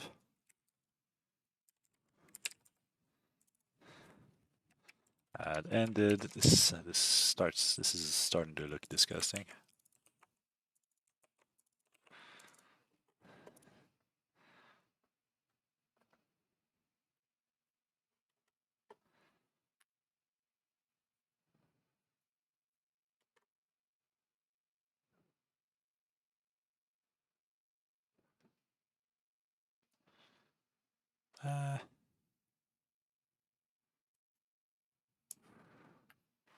Wait. Fuck, I'm stupid. Layer input action. All right, I got to it. Public input action asset. I need to modify this thing. And then we do this thing. A hub action, which is just sugar for action map 0 at at name. What is that? Oh yeah. Started. Performed, ended.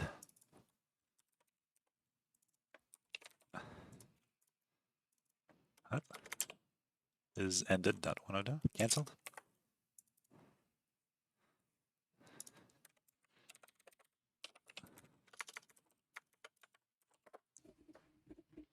And then we have a map. Do I need this fucking serializable thing?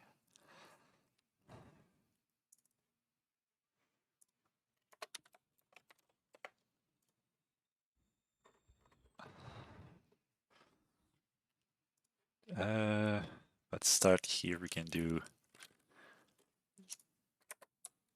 hub action. This hub action is move.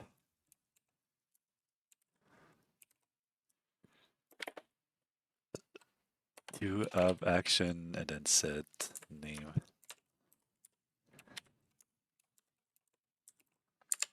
And then player input asset to player input asset. Or I need to do that on enable. On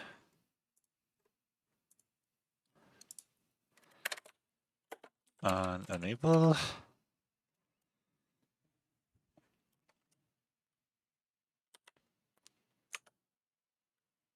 Oh, well, that's fine. Public. Actually, it's private. Private. Actually, no, it's public because I need to access it from outside. Hub action. Move.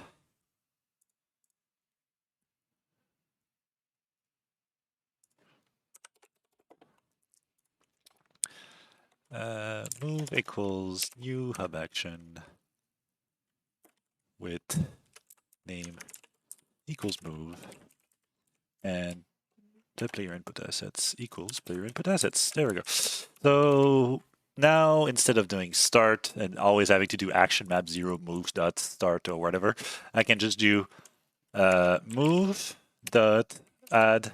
Oh, yeah. So I can do move dot add. Are those not public? All right, you can do move dot add started and then give it move. There we go. Callbacks.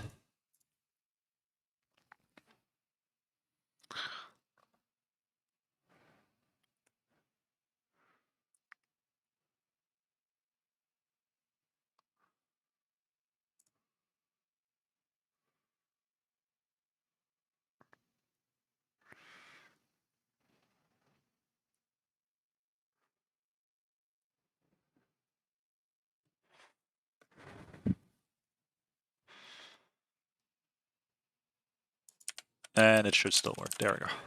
It's syntactic trigger achieved. Yeah. I can just do that now. Which means that yeah. Does releasing the key also do a move action, by the way? I think so, right?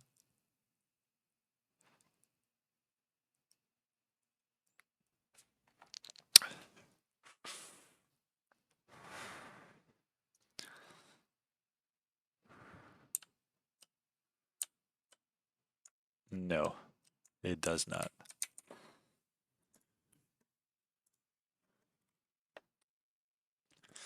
Well, it's fine. I can just subscribe to both. I could both subscribe to started and ended. So the player mover over here is going to need a player action hub because instead of having the input action assets like directly, it's going to go for the player action hub, and then over here.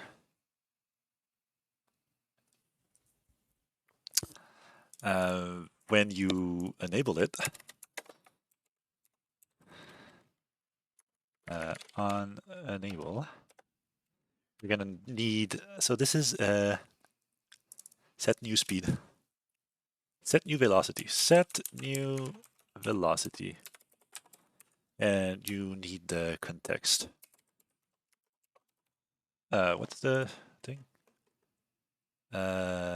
Input action callback context. Callback context from input action. Callback context. Set new velocity, and then we can check. Oops. Read value vector 2 normalized over here. And this should still work. But now it's event based, so we don't pull. Holy shit. Set new velocity, and then on enable you want to set the player action hub dot move dot add started.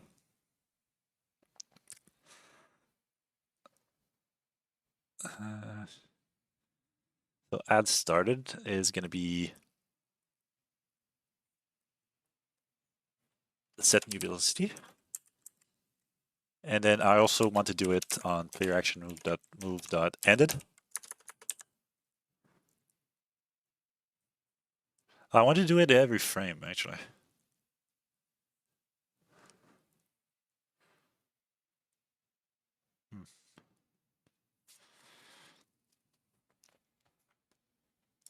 Okay. Public float is moving. And then public vector 2 velocity vector. Then private void velocity. It's actually going to be private void set new velocity. This is actual set new velocity.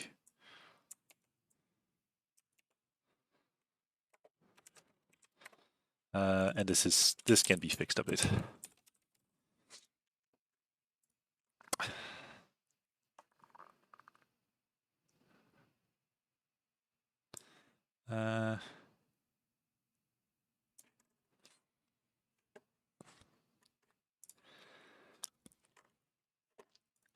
It's going to be a set new wanted velocity.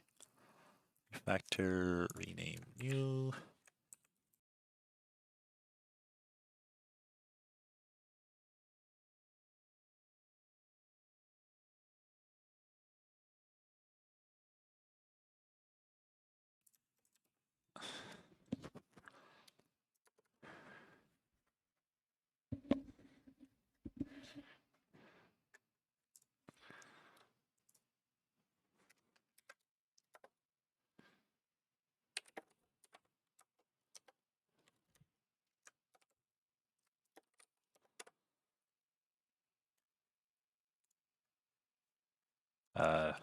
That's a Boolean.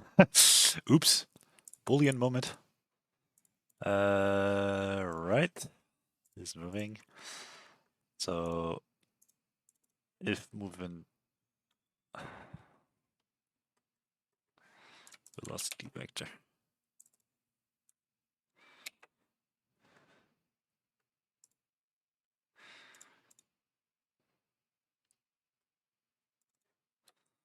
Start movement. And private void end movement. Input action. Callback context, callback context. The velocity vector equals a vector 0. And is moving equals false. Is moving equals true. There we go. So add started, start movement. Add cancelled end movement. And then in a fixed update, if you're trying to move, and your magnitude is greater than your movement speed, you stop. If the velocity vector equals 0, you stop the movement. Else, you go for velocity vector times movement speed, because velocity vector is normalized. There it is. I can do times movement speed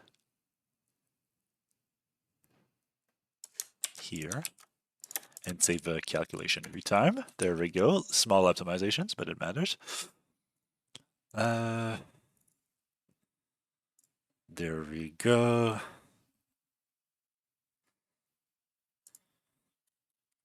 Yes. Can you do it for me? No? Okay. Rigid body 2D dot velocity equals velocity magnitude equals 0.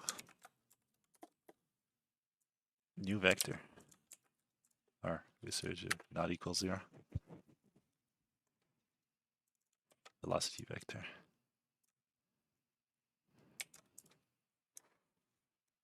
Else u vector 2D. There it is. Pretty clean now. We can remove these things. So now we only try, so there's no polling anymore to know if we're moving or not. So that's the good part. And now we add the add cancel. We need a on disable. We do player action hub dot move. We're gonna need a remove cancel. Can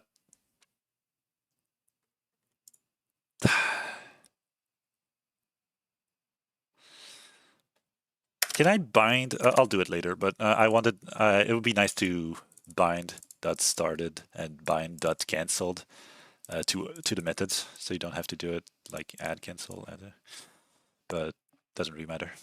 Well, does it? Actually, let's do it. Let's do it. Get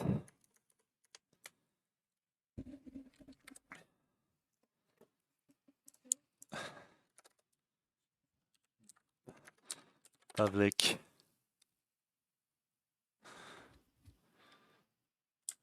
what is that?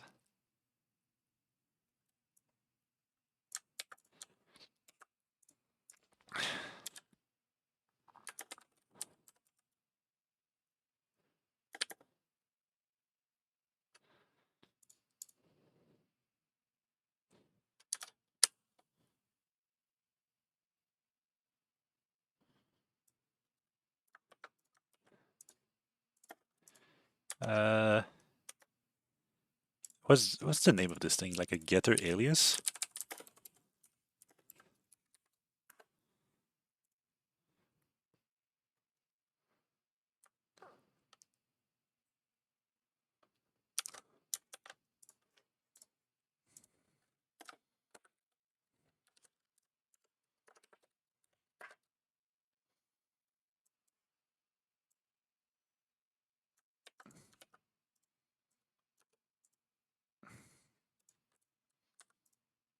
Uh,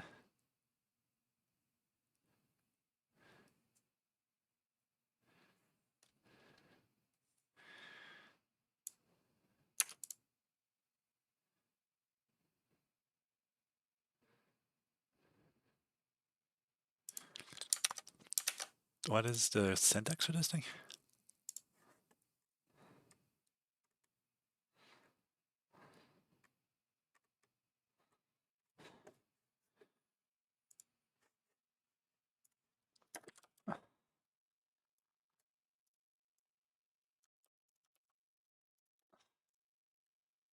This thing?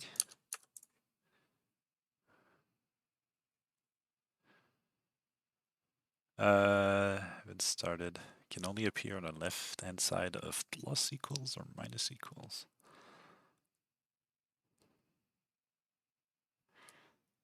Hmm.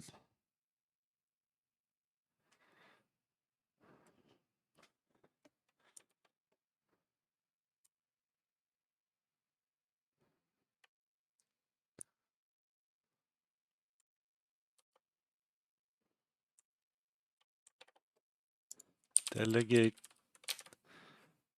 What's the name?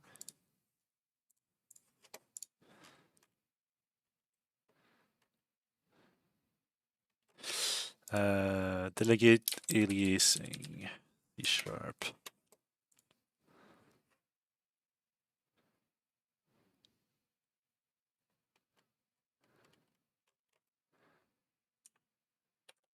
Oh, is it ref?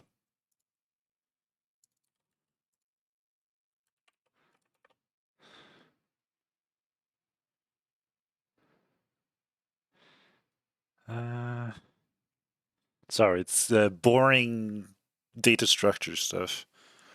Void.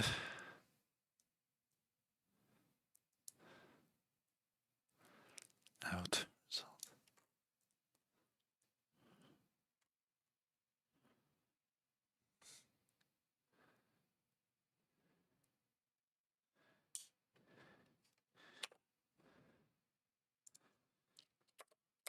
Is using started equals. Does work?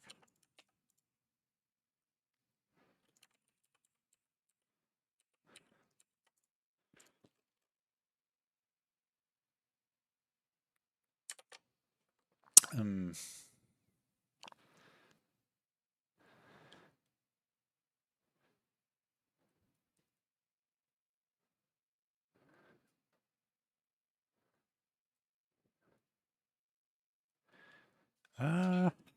Yeah, I could do a using, but that's like syntactic sugar stuff. I don't need it. I can have a add started or remove started. It's just, it would have been nice to not have 6 functions and instead just map directly to this alias. So essentially, I wanted to have a alias for started that is just player input that action 0 name started, just being started instead of having to make it add start, add perform, add whatever. It's probably possible. I'll look into it after the stream. Action, but now I need to do like a public void remove started, which is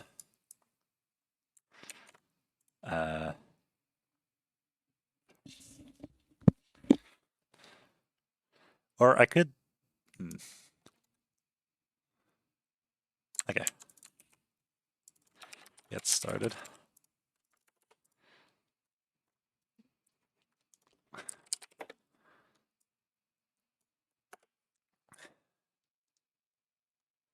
Oh, interesting. Okay, you can't even do that. All right. All right, we'll do it the long way.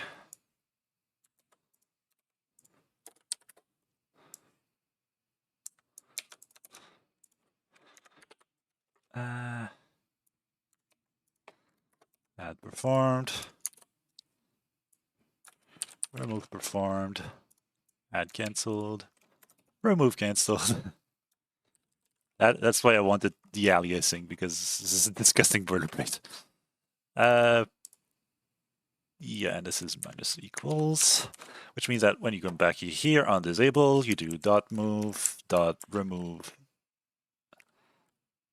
started, start movement, and then player action hub dot move dot add cancelled and movement. There it is.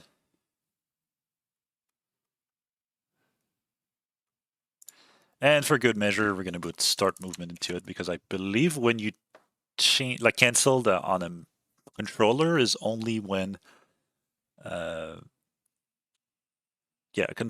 think cancel the controller is only when it goes back to neutral. So it shouldn't be a problem if I do move that add started. It's going to call the velocity vector set twice, but it's fine. It's going to be more precise, I guess, like every time it updates. Add started. So I wanted to add performed. And then remove. Remove performed. And we have remove cancelled instead of that. Which means that now, fixed update, this thing is not at the right level. Expected nothing?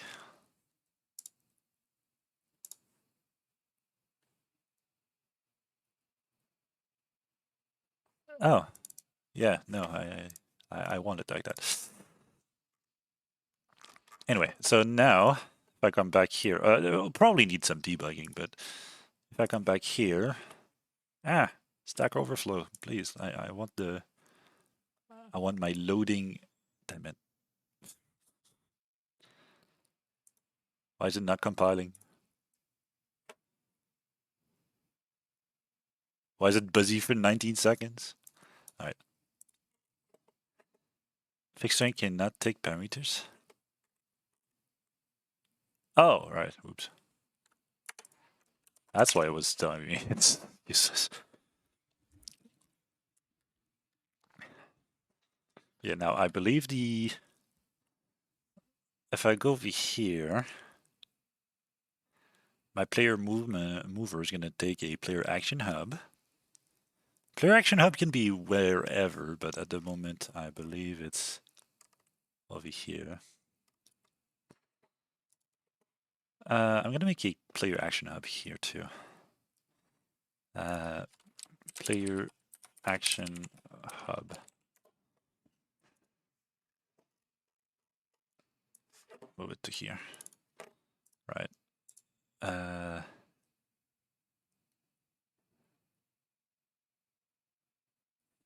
Where's the move here?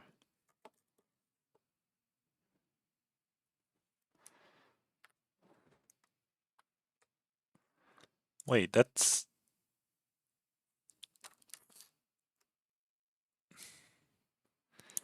not what I meant to do, but it's not useless.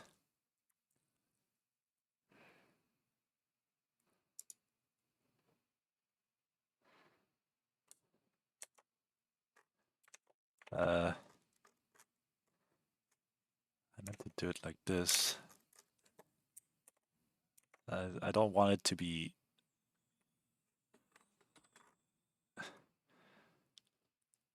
like this. But it's useful to know that I could.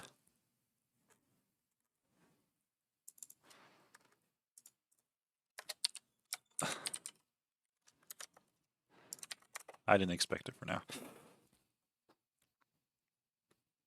I won't let the user change that because it's kind of just redundant.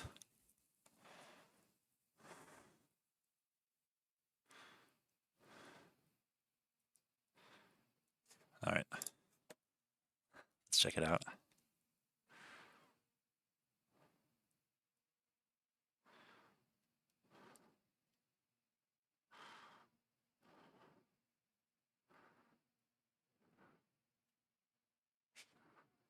All right, instantly dies.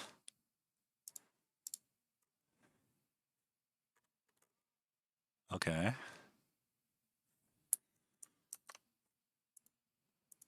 All right, he did not like that because the unenabled got called before this on enable of this one, I believe.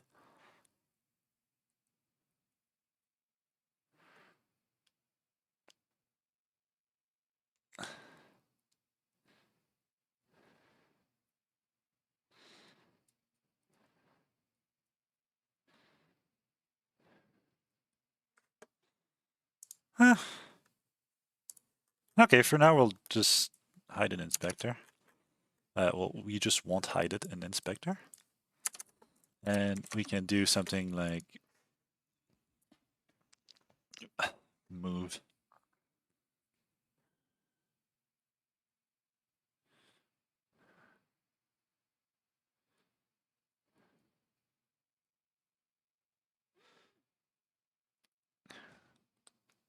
Yeah, it's gonna explode. That's fine, it's fine. Player action hub, move. That's not how you spell move. Well, it is, but it's not capitalized properly.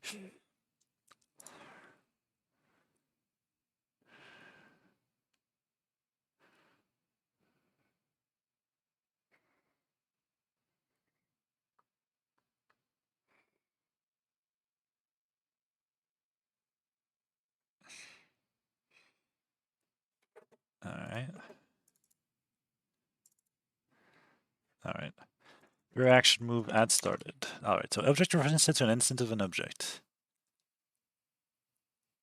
Object reference not set to an instant. I wonder if the player action... Oh, yeah, player mover. My bad. So the player mover here should base itself on the hub. Makes more sense. I mean, it needs to know which action, where to get its action.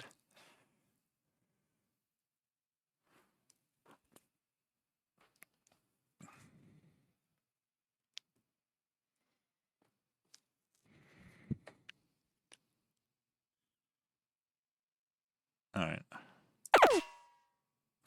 Can I move now? Oh, I can.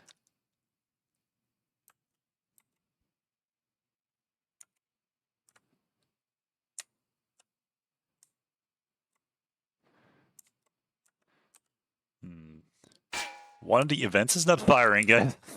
I'm sliding everywhere.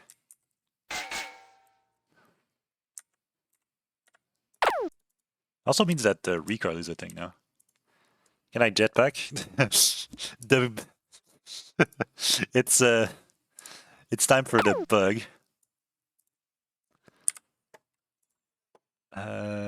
This should fire. Oh, it doesn't have a recoil. Wait. Where's my recoil pattern? Set gun. Gun. Oh, I thought recoil was in gun, but apparently it's not.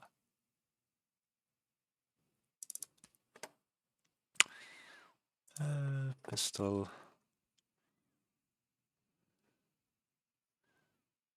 Pistol physics. Oh.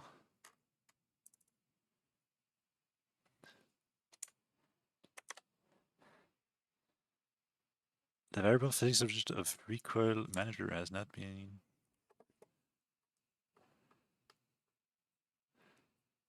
Oh.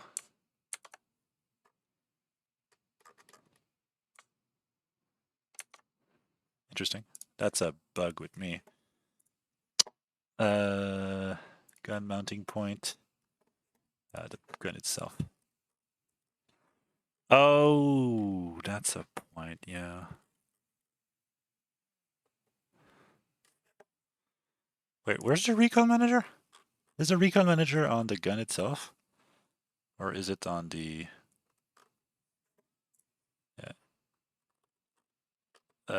Yeah, this one doesn't have a recoil manager. Okay, I'll need to set one up properly.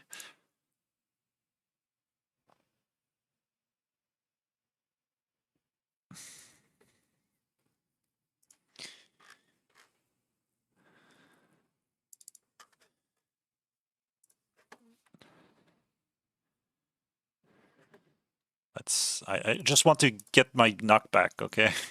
Where he is still missing a little bit of stuff. Remove that. Recoil manager, I need to send the player if I want some physics recoil, unfortunately. So if I go back here and I get it, no, that's not it. The gun itself, I'm gonna give it physics recoil. Where's the recoil? Physics recoil, there it is. I am moving so slow backwards. What the hell is the physics recoil looking like? It's -1. That's not a lot. That's like -5, why not?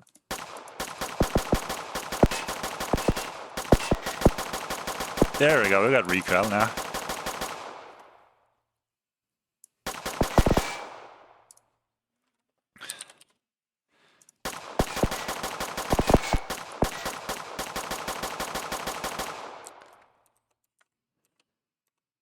Okay, I need to fix the event. I'm sledding. Yes. Alright, thank you for the follow, Dystopia. I appreciate it. Yeah, I need to fix the event for stopping move. I don't know why it's not working though. I think understand is fine. Why is this not working? player mover, add perform, add cancel, remove.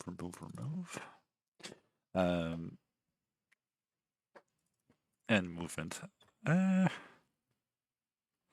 so the player action hub, let's remove the moved. Moved here, and I'll get the callback context from end movement. When is end movement called?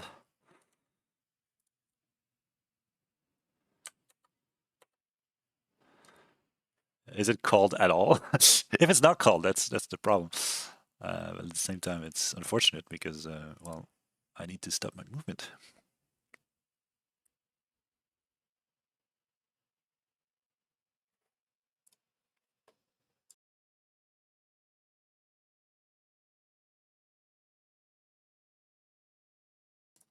There we go.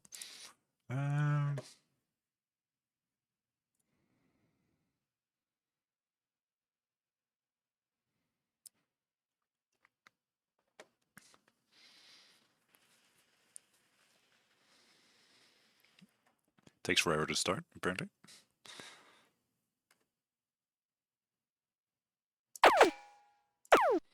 All right. Well, it's getting called.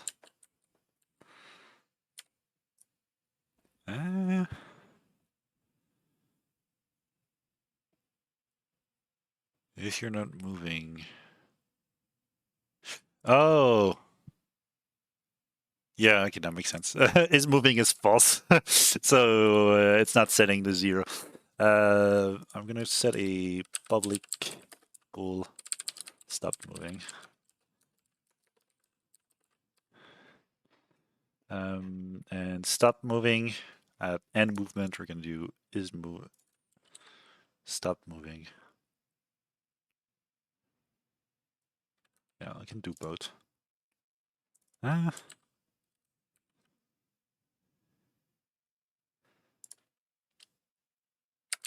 Top moving equals through. We're going to is moving or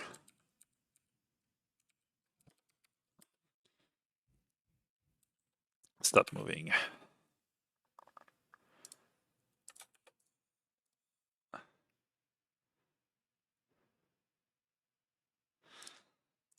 And then stop moving equals through.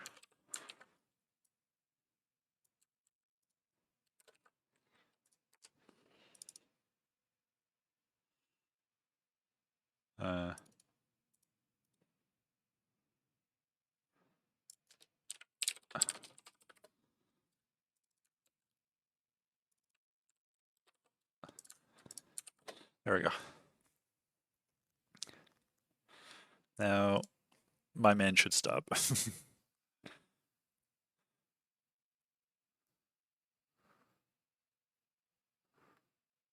This should probably be a state machine in the background, by the way, but I'm kind of lazy.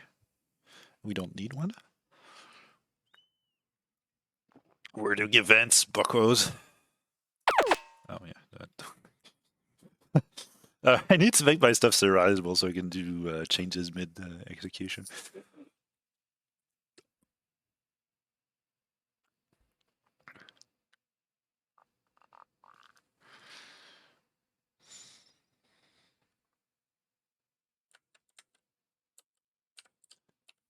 Okay, still not working.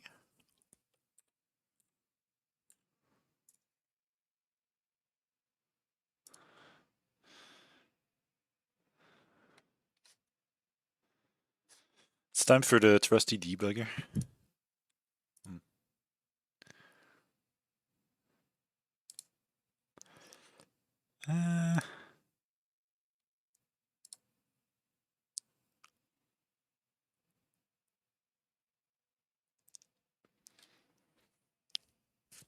I don't know if perform gets called after cancelled. I believe that might be the problem.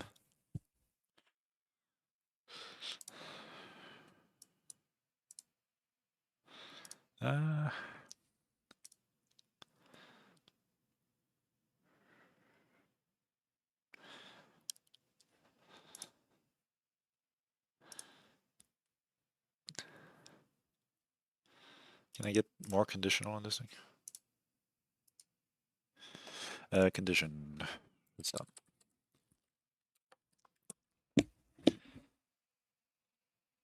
There it goes.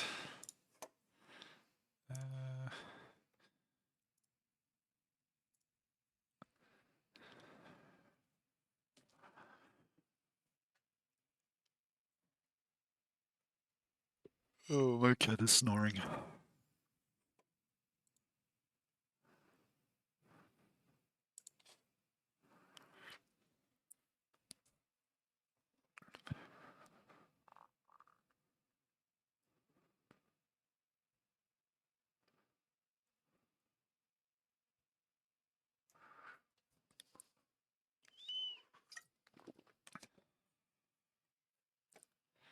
Debug time.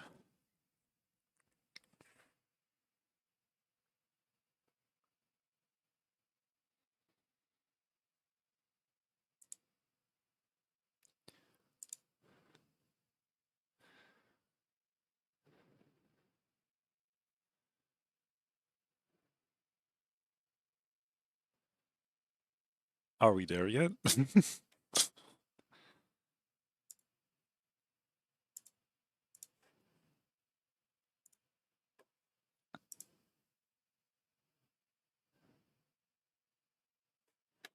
There we go. We're in.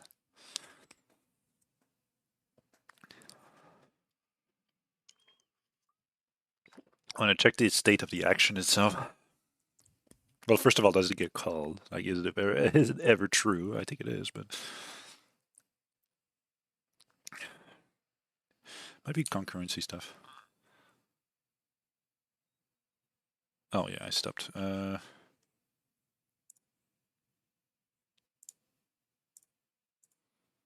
Why is this getting called multiple times per second?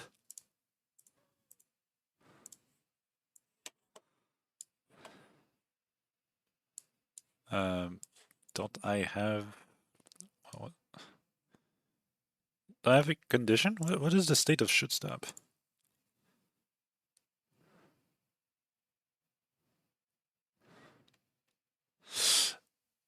Oh! Okay, there it is. That was easy.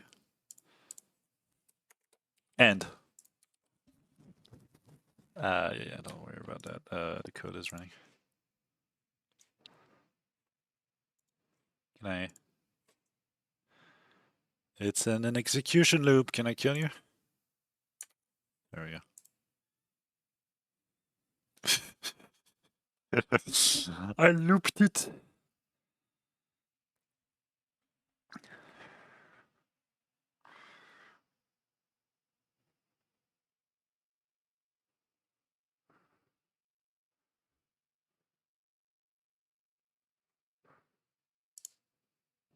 The gizmo died. Every time I make a change, the gizmo dies. So many gizmos died by my hand. Oh no.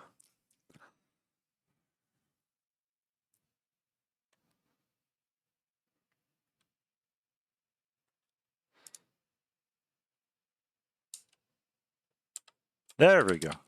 You got the behavior back. That was the normal behavior, which is you should stop when you stop moving in a direction. There it is. All right. So we got a new action system with the action hub.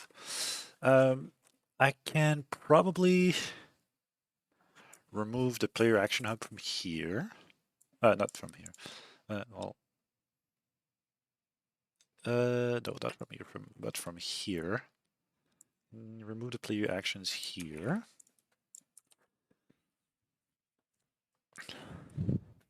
All right. This means... There we go. Now I want the action for pickup. I want a pickup action.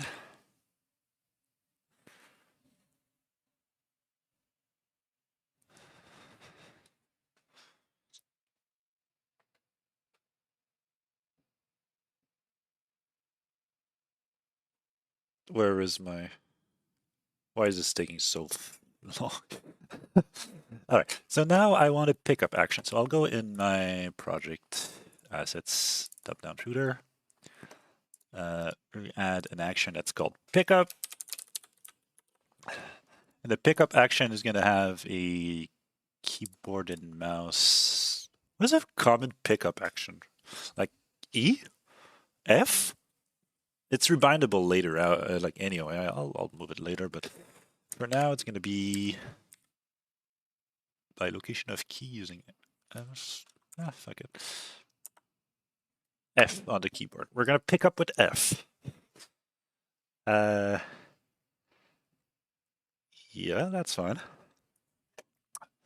There we go. So, new action. Let's save it.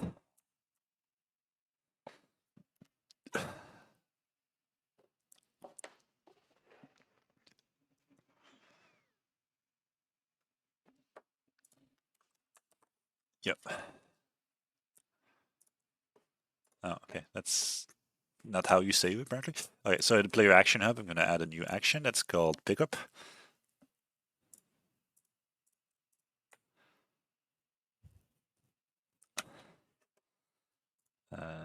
Player action hub.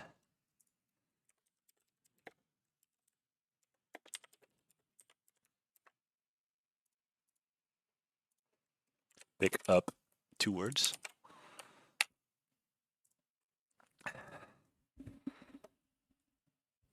What did I call it? The action? Is it pick up with an... Yeah, maybe I should.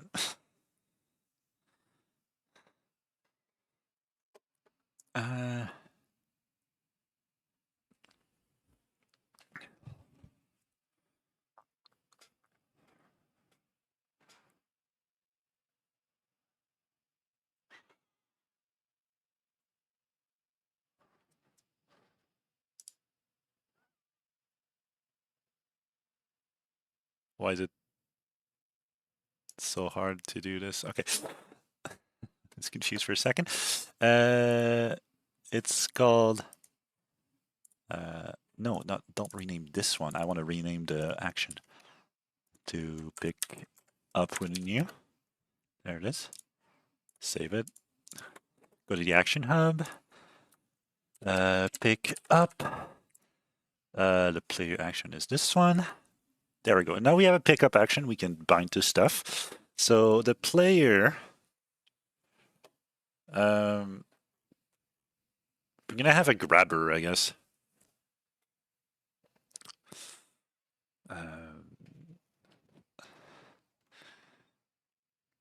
All right, let's add a player grabber. Player grabber.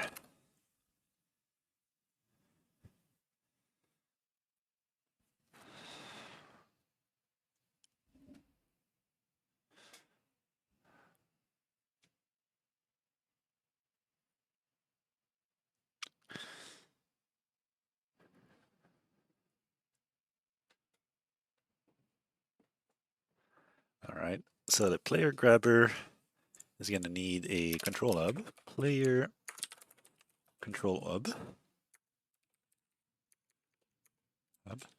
Play an action hub. Oops. Player action hub. And then it's going to need a pickup action. Okay. We're going to need 2 things. We're going to need a collider, 2D, which is just the pickup hitbox. It's supposed to be public. If I don't specify it's public, guys. God damn it. Player action hub like this. Pick up vroom vroom? Yeah, no. We're doing pick up like grabbing stuff from the ground. So you have this thing.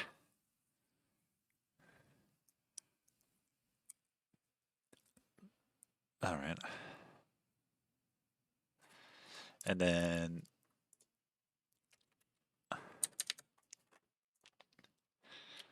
void grab context What? I'm just gonna use this thing over here.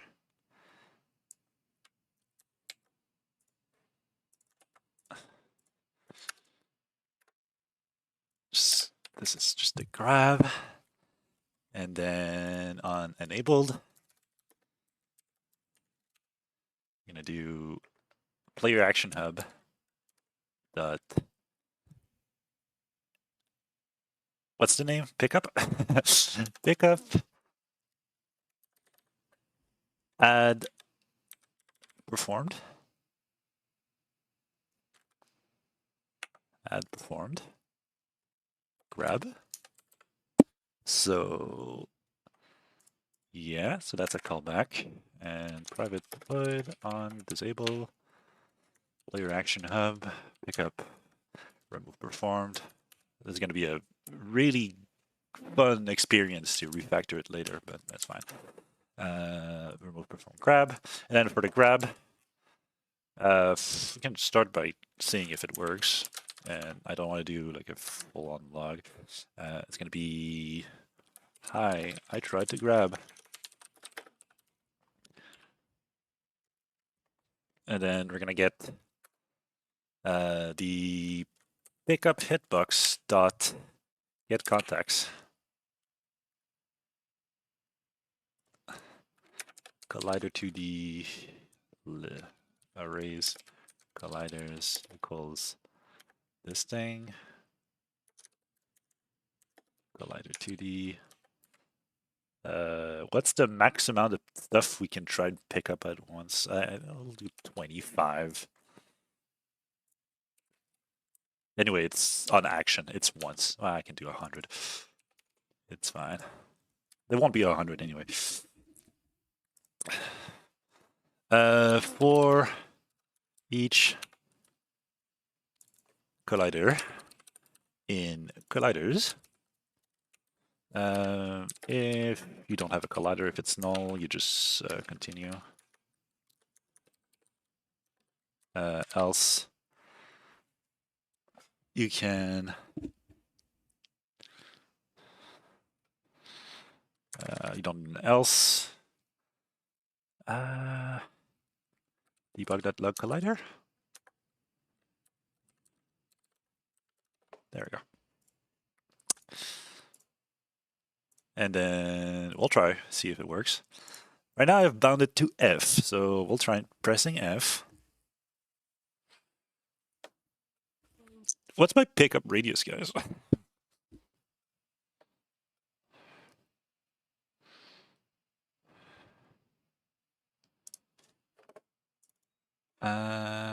Let's add a player grabber.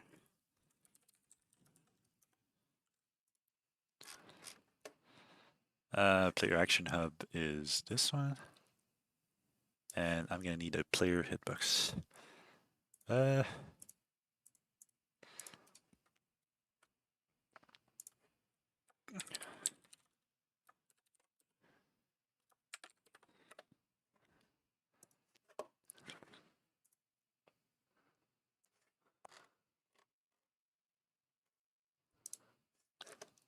We're gonna add a component collider 2D.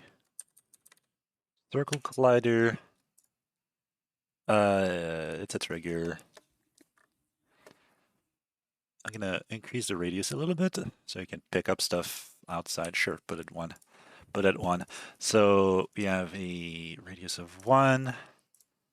So the player grabber, give it the grab zone. There we go.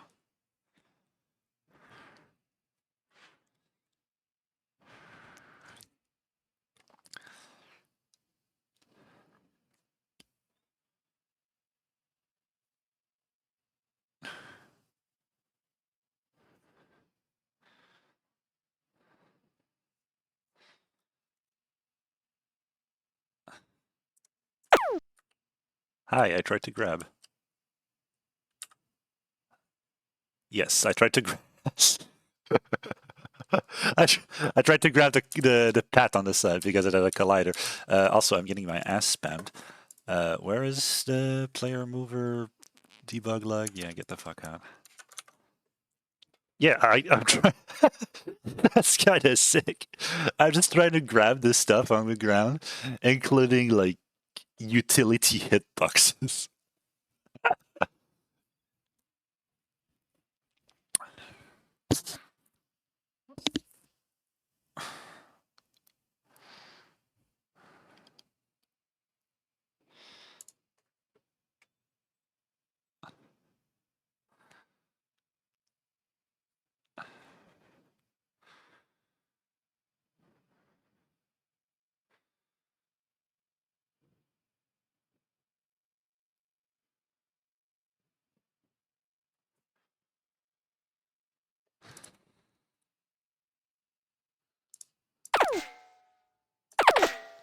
All right, let's try that. I tried to grab this, and I didn't grab.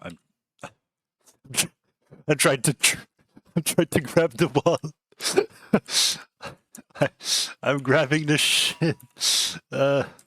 Yes, it's working, guys. It's so game development is so easy. All right.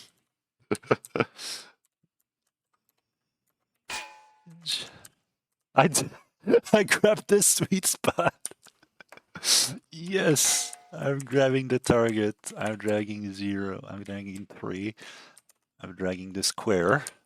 Yeah, it's working, guys. Holy shit.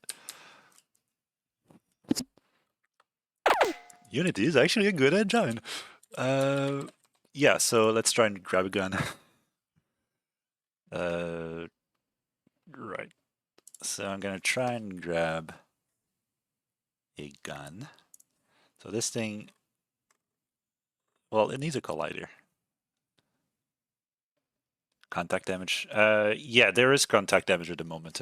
It might change. I mean, actually, there's no damage at the moment. It's just it's recording if it gets hit, pretty much.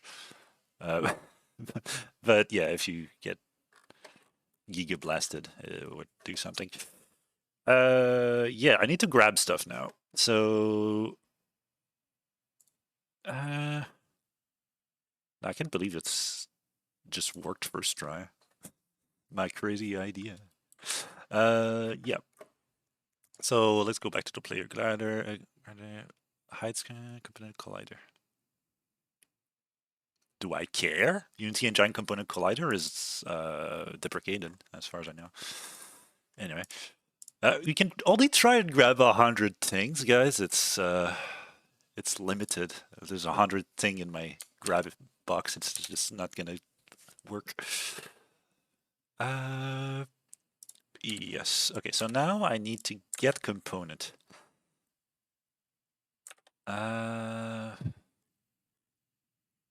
If I get component on each, it's kind of disgusting, right? Well, it does. Honestly, is there many colliders like on the ground? I don't think so. Like, how many colliders are there on the ground at the same time? Probably not a lot. I don't have to. I mean, I'm getting the component on a maximum of 100 things, right? Which is not so bad. Finger gun. I'll get component. Shooting manager. So collider dot get component. Shooting manager. Right. So I'll try and get the shooting manager.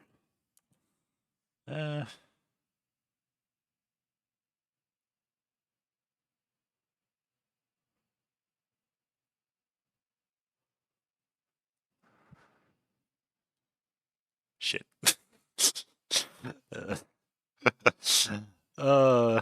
Being in debug mode takes like twice as long to compile or something. It's insane.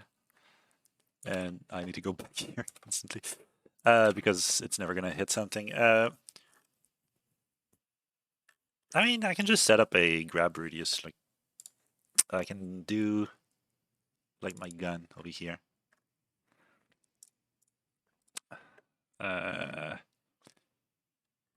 This is gonna make a bevel. I'm trying to create a component.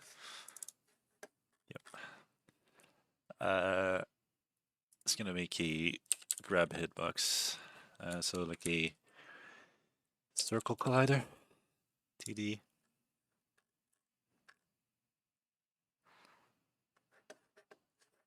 Increase the radius a bit.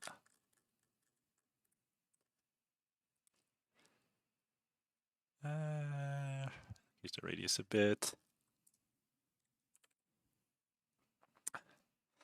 And then it's a trigger.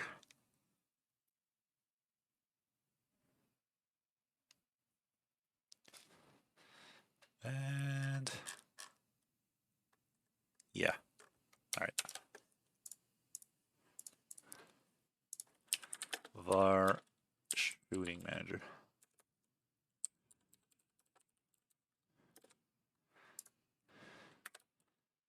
And then I'm gonna debug. You tried to pick up a gun.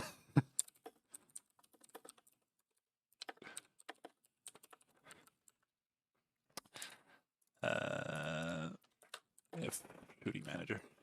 If it has a shooting manager, I'll say you tried to pick up a gun.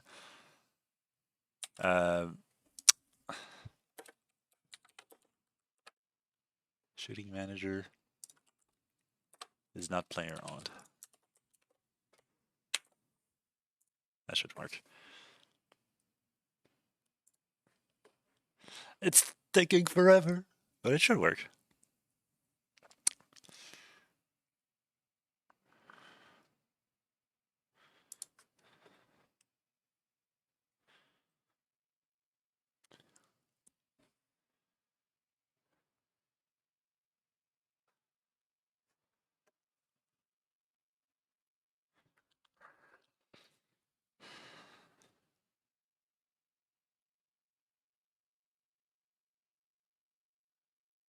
Holy shit, it's taking so long.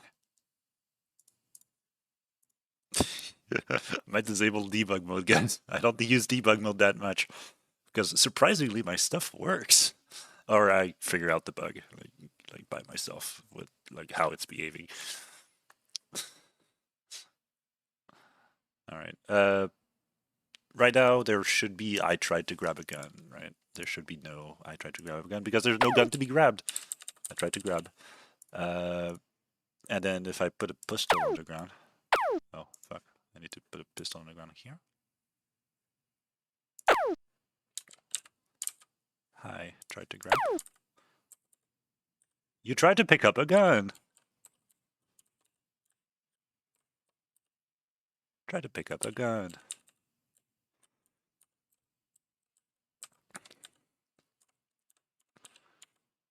I'll be able to make a like a pickup radius thing afterwards. Yeah, try to pick up again. And then the gun mounting point, the gun mounter, I'm gonna have a swap gun method.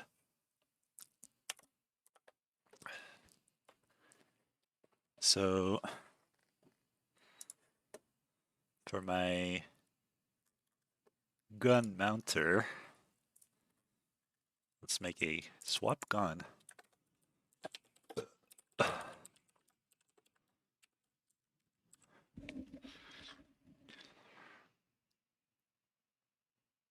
List of shooting managers.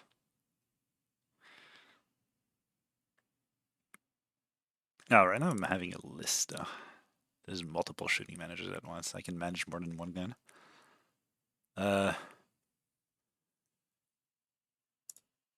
Let's not do a list.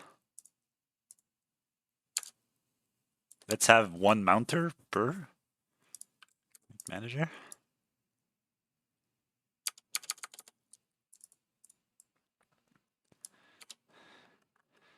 Then we don't need this entire code.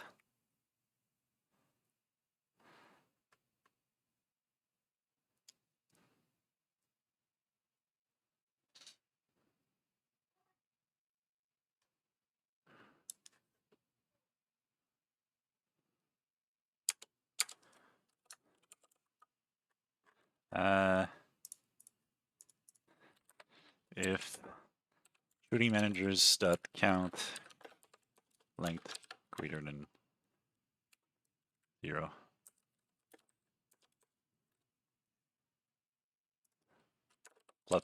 less or equal return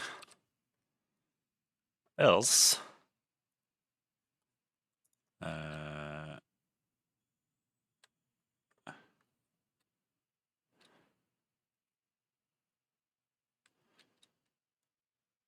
shooting managers.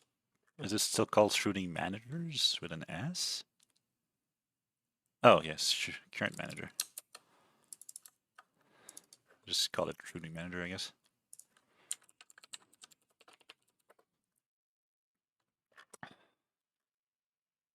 That's fine. Shooting manager dot player known equals true, and then shooting manager equals shooting manager with an S, the first one. And then we can remove all this disgusting looping that I did earlier, and then swap gun. There's gonna be a single gun on the mount, all right, guys? I don't need multiple guns mounted at the exact same spot anyway. Attempt firing all. Yeah, there it is. Gun mounter. Attempt firing.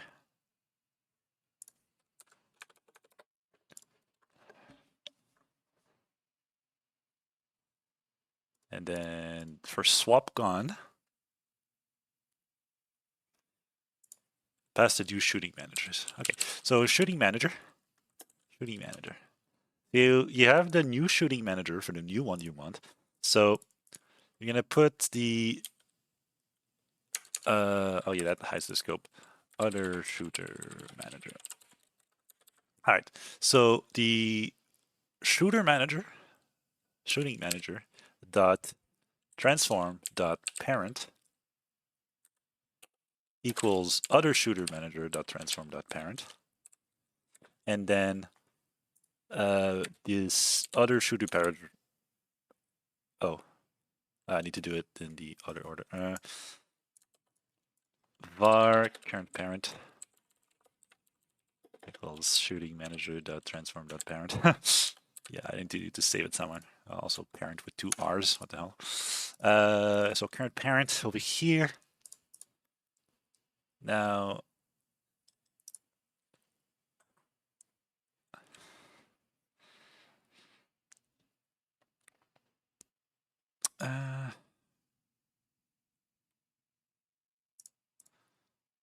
yes.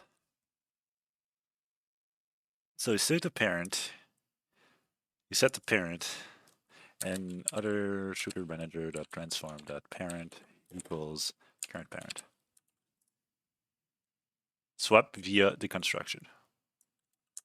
Yes, I know that's a thing that's possible. I just don't remember how to do it.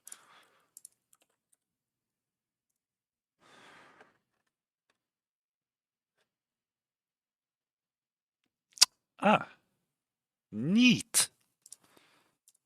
So it's going to be other shooting manager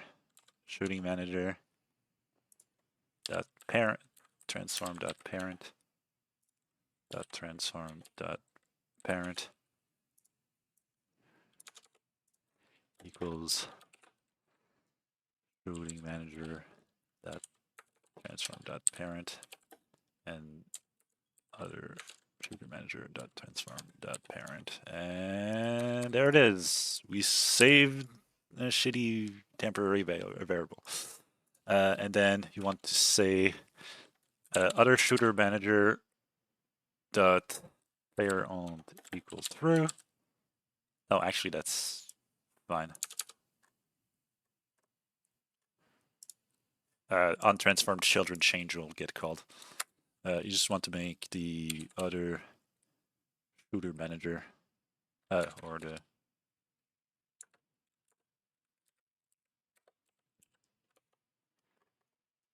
shooting managers dot player owned equals false, and then you swap it.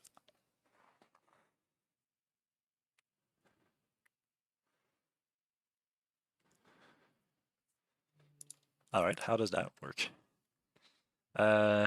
Swap gun. So the player grabber.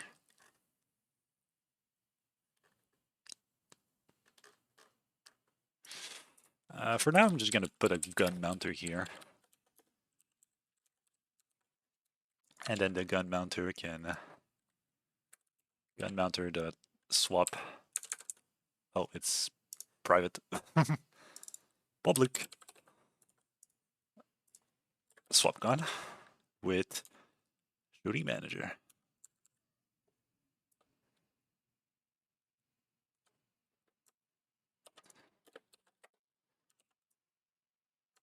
There we go. That should work.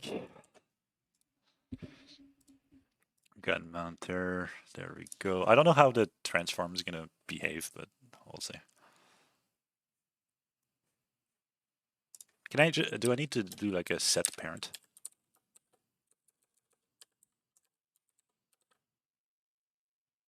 Set parent.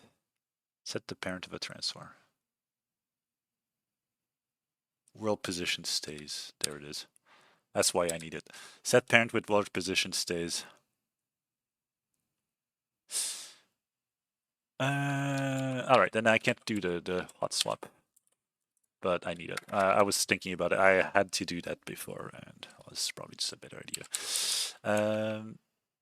So other shooter manager dot transform dot parent.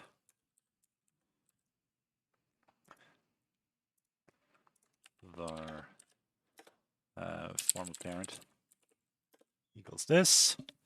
Then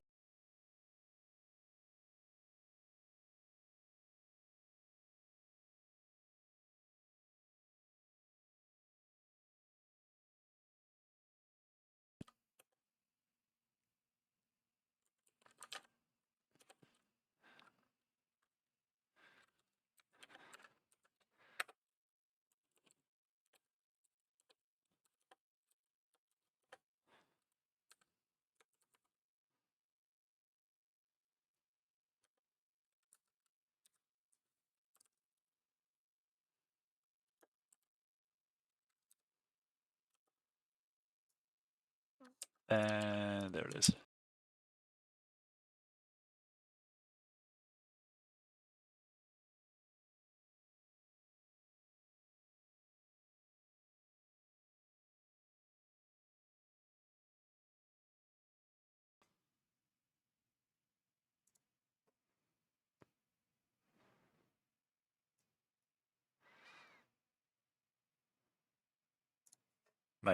Are my headphones back? Oh, there it is. My headphones keep dying.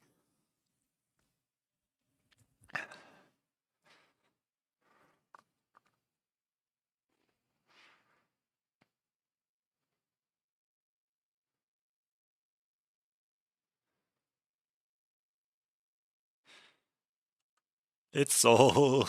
I should disable debug mode, guys. Oh my god, I'm not enjoying that. All right. There we go.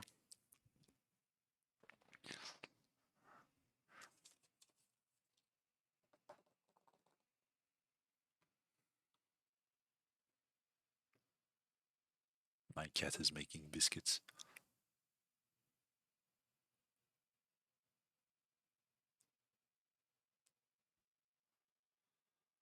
Holy.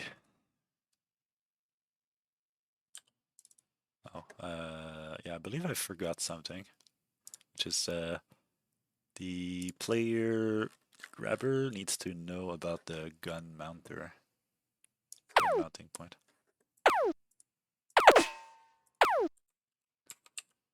I tried to grab, there we go. And now if I add a gun to the scene, like a pistol. Oh, fuck. Fuck. I played play. I pressed play. No. My clip. I'm kidding. But still, it's taking forever.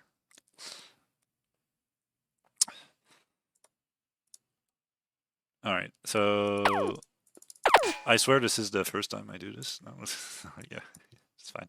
Let's try it out. Hi, I tried to grab. Hi, I tried to grab. I tried to grab the wall. Yes. Tried to grab this thing. Null reference. Swap gun. Gun mod there is null. Oh yeah, yeah. Okay, I didn't change it. Surely it's the first try, right?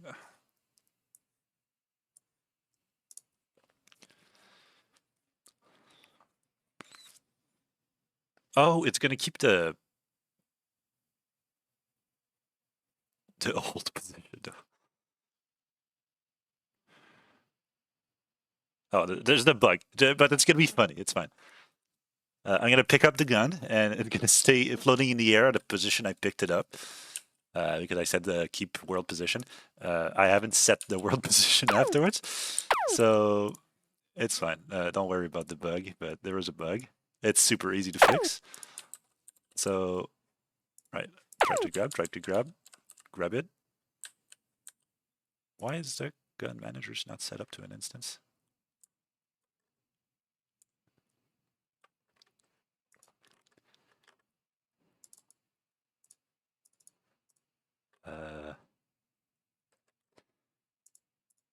Oh, okay. I guess it never got set. Bring your gun. Where's my gun mounting point? There's no gun mounted at the moment. Sorry. Okay. Other shooter?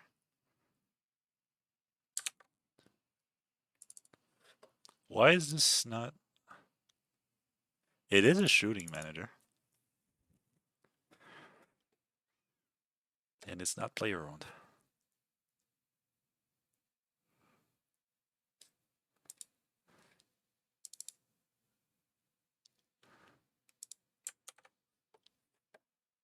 Object reference not set to an instance of an object.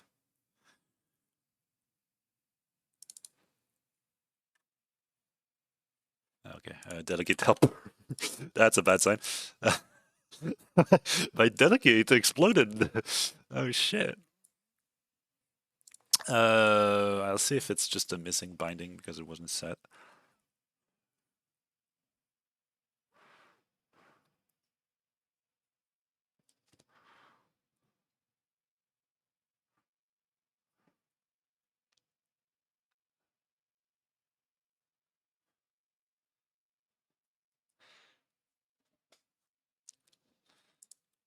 Ah, fuck.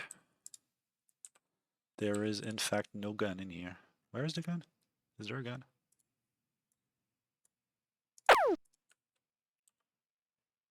Alright. The swap gun exploded again. So...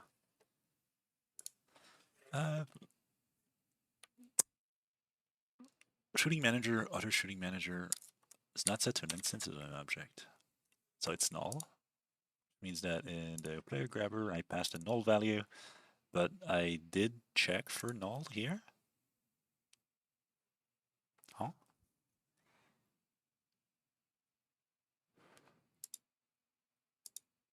What does get component return if there's nothing?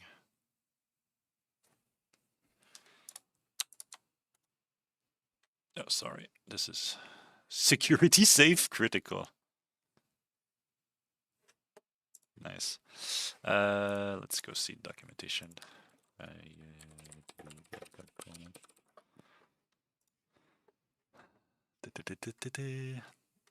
If one is found, or where's null? So did it try to pick up again? Tried to pick up again, yeah. And swap gun. Oh, oh. The grabber doesn't have a mounter? No. Gun mounting point? Gun mounter?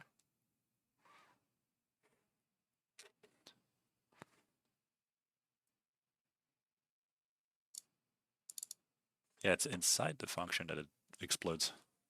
So much for having stuff work in the first try, right?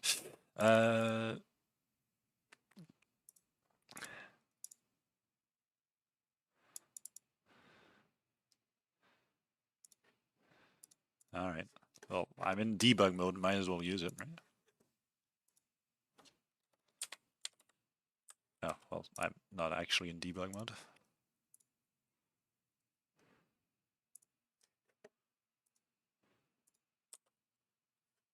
Oh, fuck. I don't need that anymore. I fixed that bug. Alright, so what's going on? We have a shooting manager. And what's going on with my own shooting manager? Like this, the current one? So this is other shooting manager. Former parent is null. Other shooter manager. Does other shooter manager not have a transform? Oh!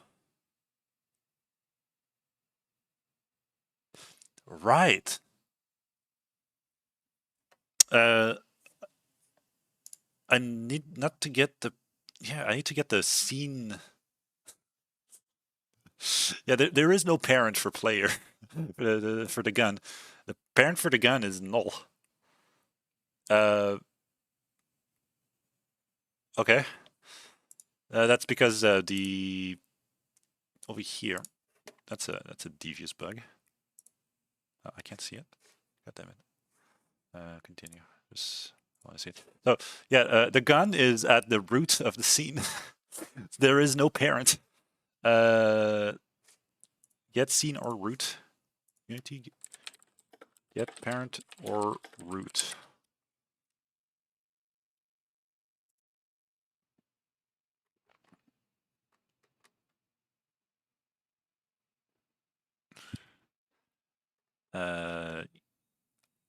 Transform that root. All right. I'll just make a check. If former parent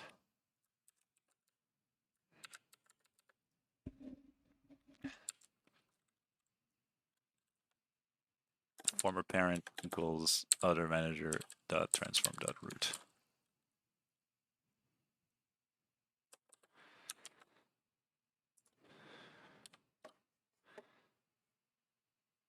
Now we have to restart.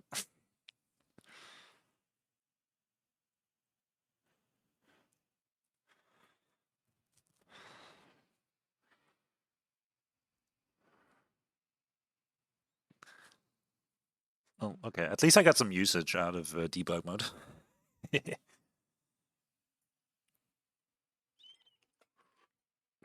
And it was exactly what the console was telling me, but yep. All right.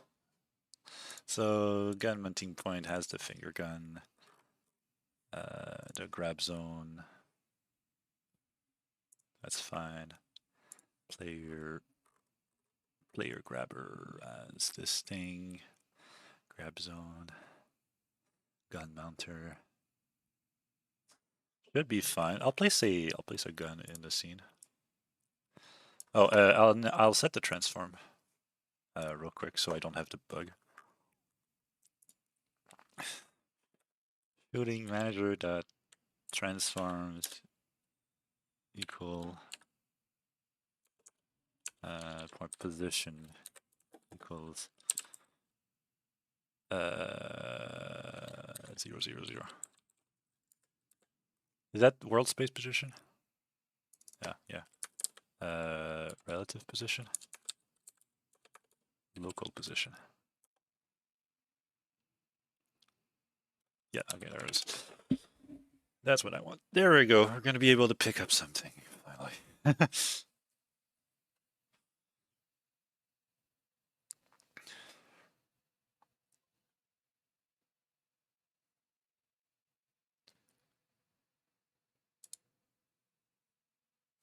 Why?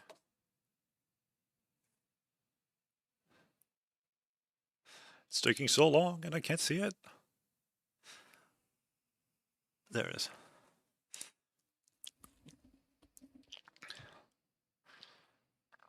Finger gun or pistol. So which one do you prefer? The laser shooting finger gun or the pistol?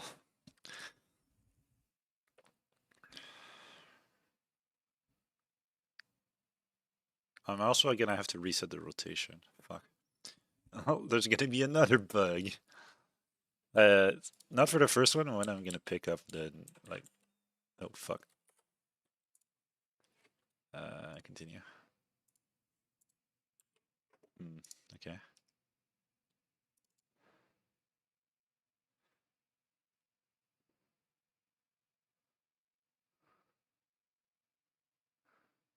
Does it not?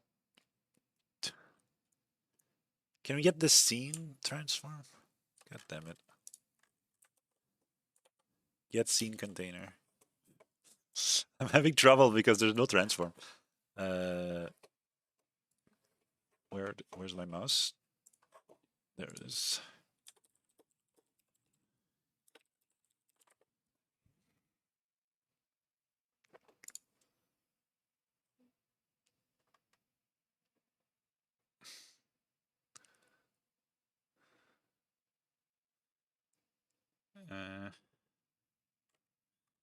Scene container.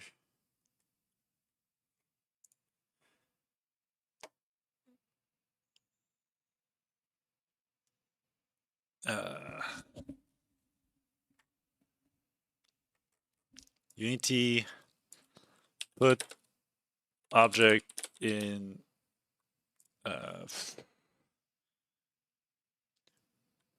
root container.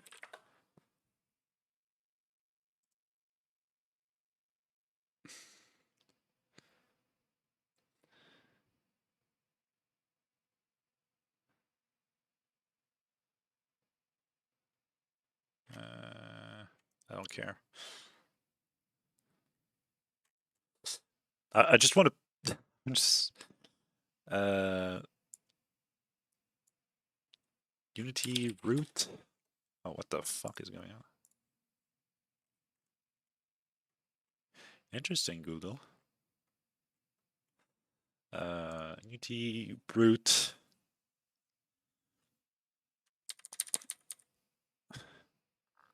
Get root transform. Get scene root.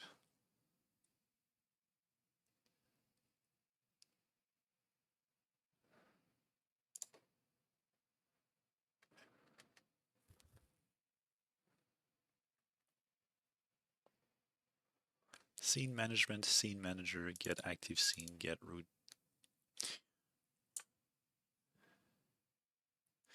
Scene management, scene manager. Okay. That's convoluted. If former parent.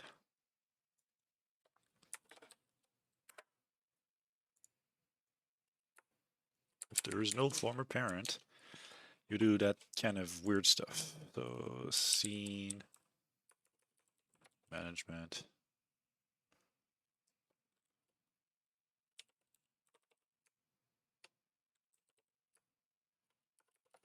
Unity engine dot scene management dot scene manager dot get active scene. Okay. Get active scene.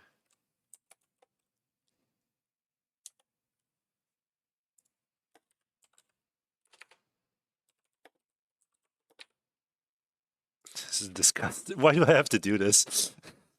Why is it so hard to have a root container again? Am I stupid?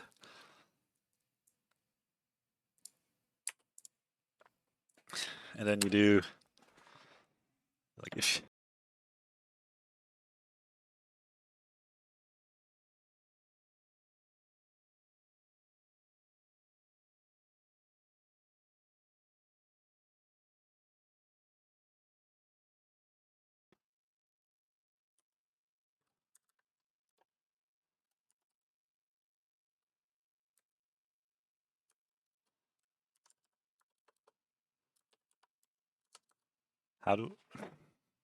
how do I add an object to scene?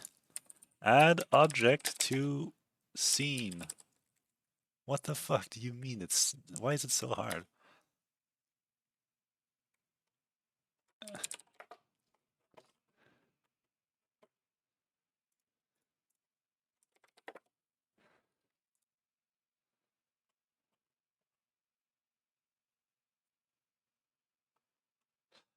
What the fuck? Okay, I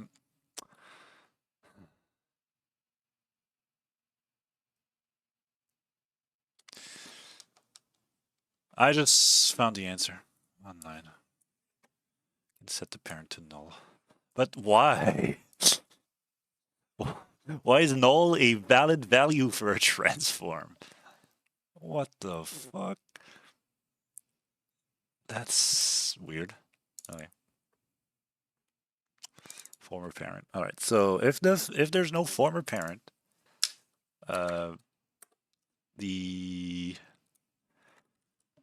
shooting manager dot transform dot parent equals null.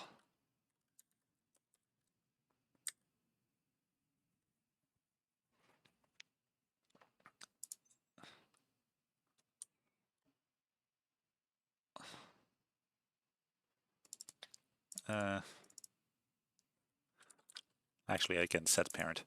So this is still this thing, but you set it null.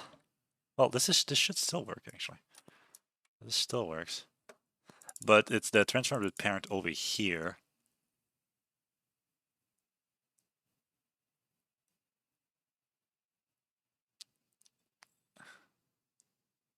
That's kind of dumb. All right. So this still works, but this thing,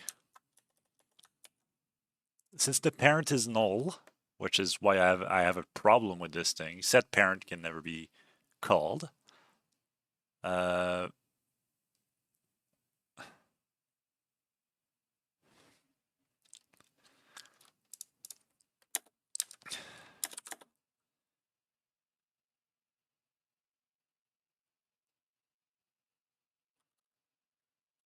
Recruiting manager dot transform dot parent.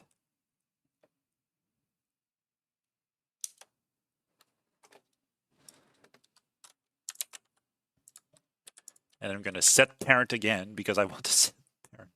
Wait, but setting parent is going to fuck up the world's position. But it's already in world space, right? How does that work? Well, we'll see.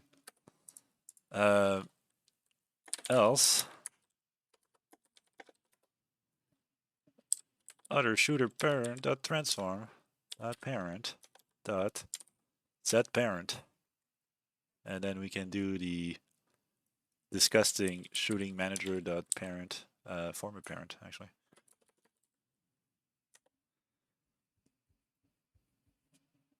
Wait, what? Shooting manager dot transform dot parent and through. No, through. Remove this thing. Shooting manager local position equals 0. That's fine. Ew, this code is disgusting.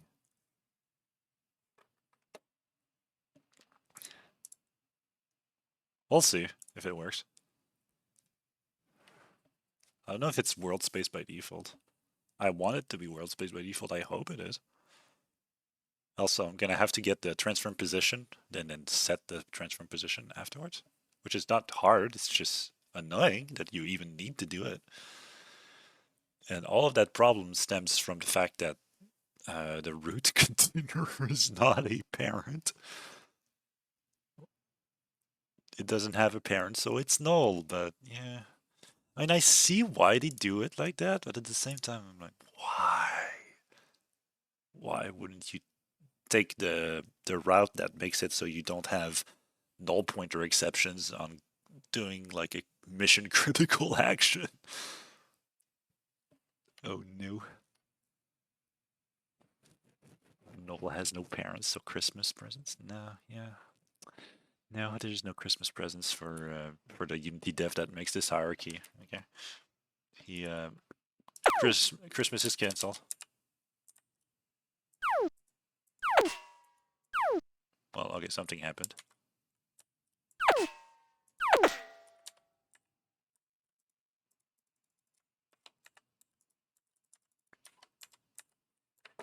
Okay, it didn't work. Well, first of all, the player, the new manager. What happened? What am I doing? So the other manager. Well, first of all, the other manager. I'm not sending his stuff to through. Right. So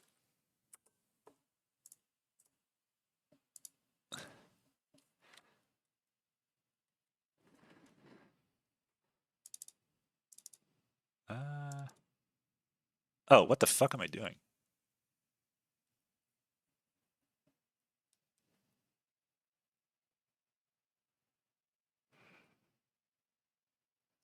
Huh? This code is so bad. Okay. Trying to read what the hell I just did, and it's nonsense. Okay. Uh, okay. Let's rework this thing. So you want the former parent. That's good. And then you need to set the shooting manager is never going to be uh yeah. So this works over here.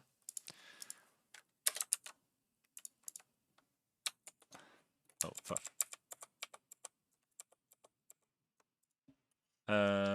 What the fuck? No, yeah, my code is bad. What the hell? Want the transform parent?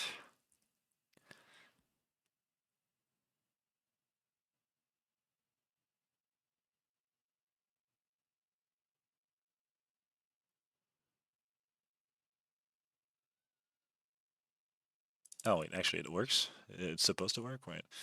Uh, other shooter.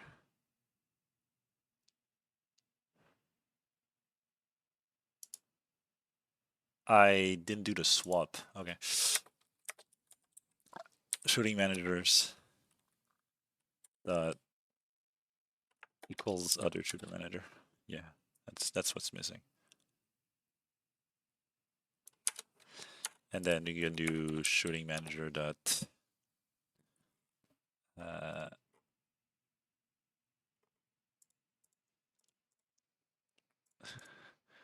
player owned equals through.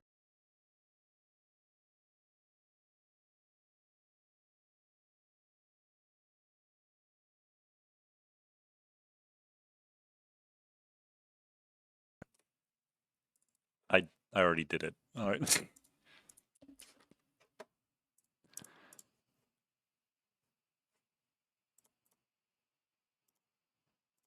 That's what was missing. All right. I forgot to do the swap.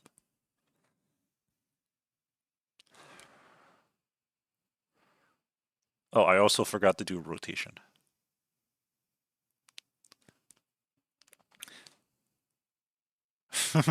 It's not going to be rotated properly. Uh-oh.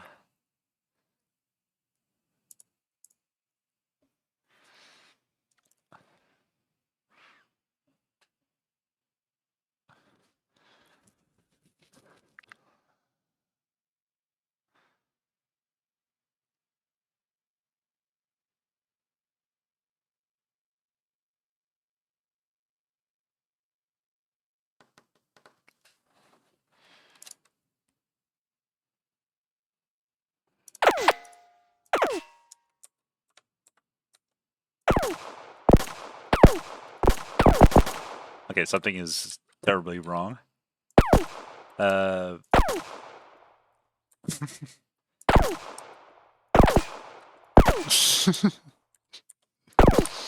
Oh, shit.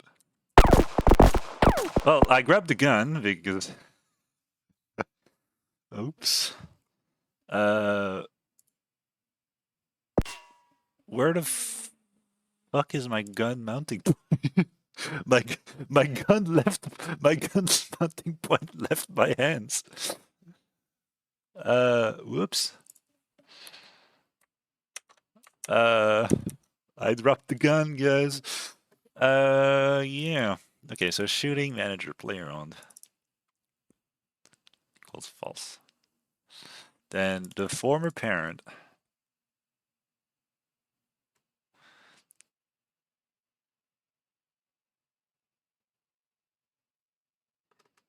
Oh, and I'm never setting it false. That's fine.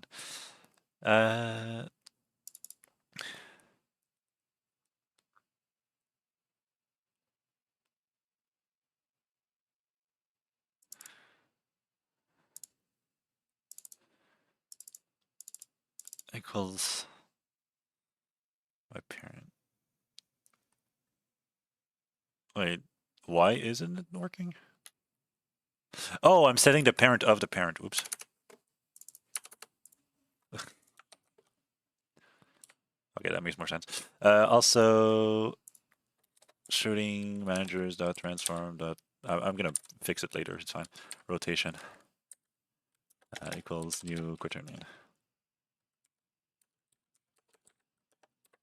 There we go. Just do that. Ah, vector's gone. I hate the fact it takes forever to load and I can't see it. There we go. I can hover onto it. Importing asset, reloading domain. It's reloading it. I can see my desktop and the games I have on it.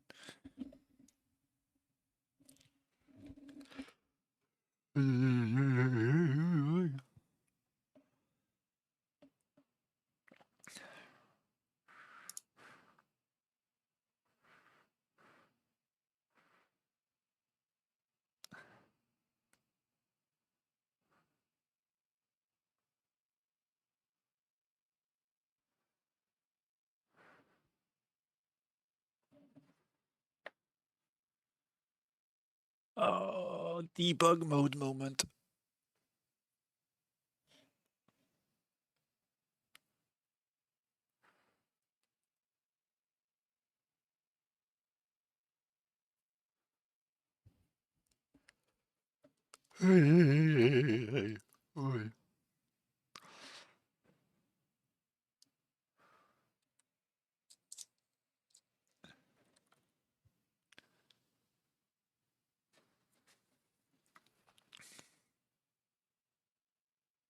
Is it maybe getting slower? Takes a full minute to try. Oh no. What's going on? It's busy on scheduler.tick.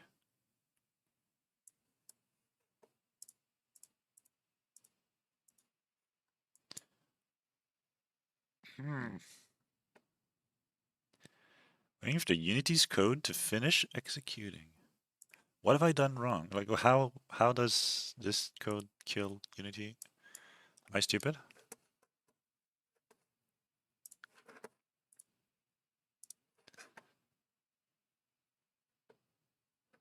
There we go. I killed the debugger, it's fine. Well, I picked it up.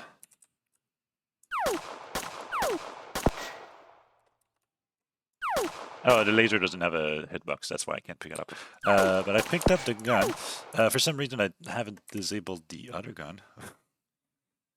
I want to disable this switch release while I find the bug. Shooting manager, the player owned. The current shooting manager, player owned equals false.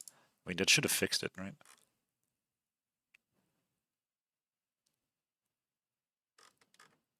Am I stupid?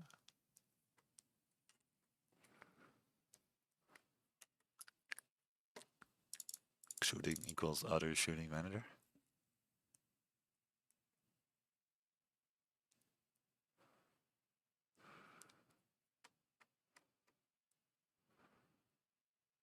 Why didn't get false?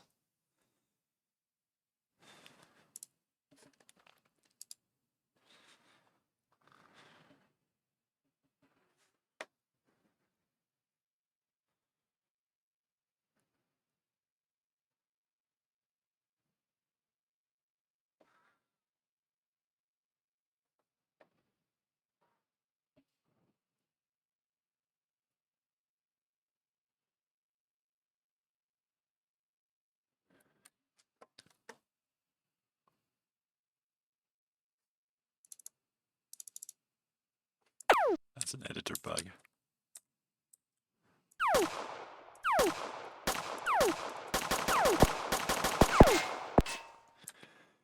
two problems. The gun is getting screwed on rotation, but that's because I can't use set parent on it. That's sad. But then, what else? I mean, the only reason it's firing is because it's player owned. Is there a reason why the gun mounter?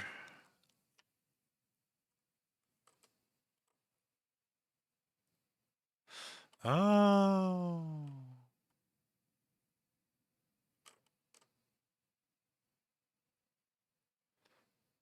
Uh, is it binded to the other?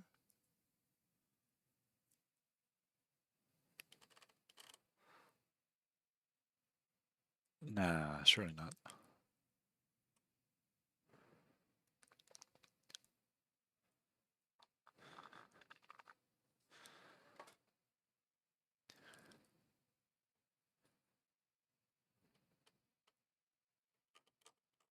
This is confusing. Shooting manager player owned.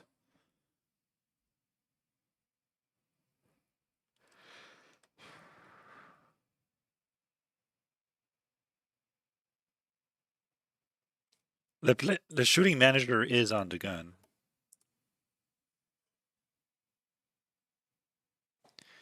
You set player on to false. You swap the gun. You set the new gun to true.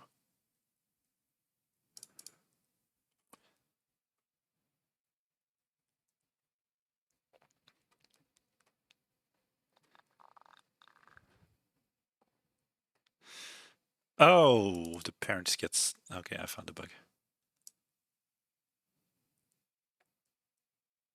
The parents are switching, so untransformed children changed gets called. And it's resetting the player false because I'm adding the other shooter manager before removing.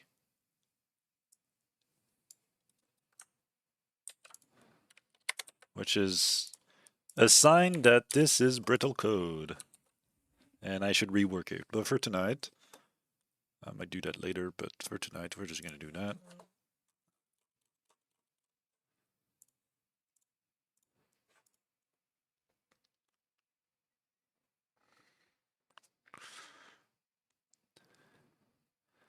Now I'm going to need a zone.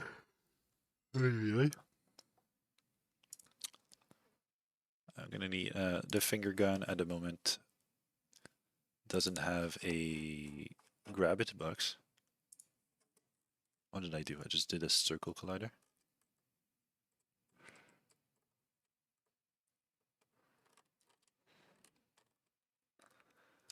Yep. I just did a singular circle collider, so there it is. We're gonna add a circle collider. It's so small. And then increase the radius a bit. And it's a trigger. Please don't collide. Trigger. There we go. And then it should be gun swapping. Even though like the rotation is going to be all messed up, I'll figure this out off stream. But we should be able to swap guns at will, and then yeah, I'm probably gonna do a shotgun off stream too because I want to try working with the shotgun factory, the pellet factory.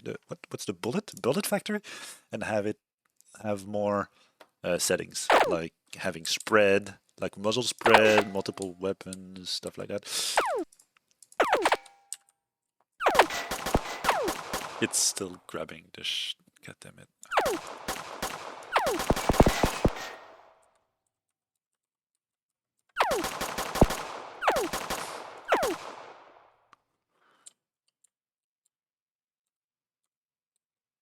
A shotgun that shoots splintering bullets that form spiderweb.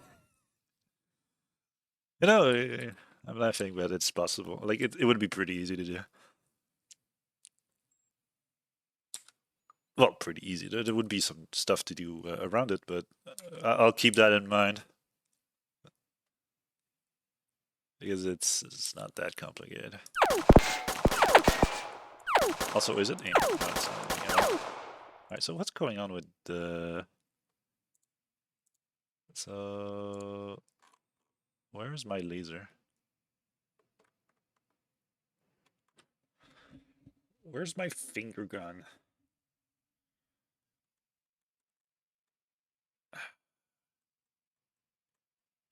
Finger gun is here. Alright, what's going on with this thing? Why is it still player owned? Like, wow, I fixed the bug, guys. I pressed the button in the editor. Just get that in the manual, like the game manuals. Just when you swap weapon, just go in the inspector and change player owned. The other problem though is I can't pick it up.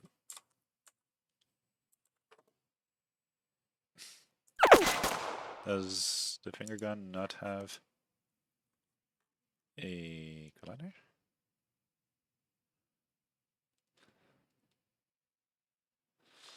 All right.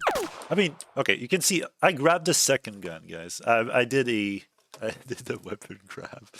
I think I'll fix it off stream because there's gonna be a lot of weird debugging. For some reason, I don't know why it's not working, but it's not getting set correctly. I'll probably find a better way to change the appearance too.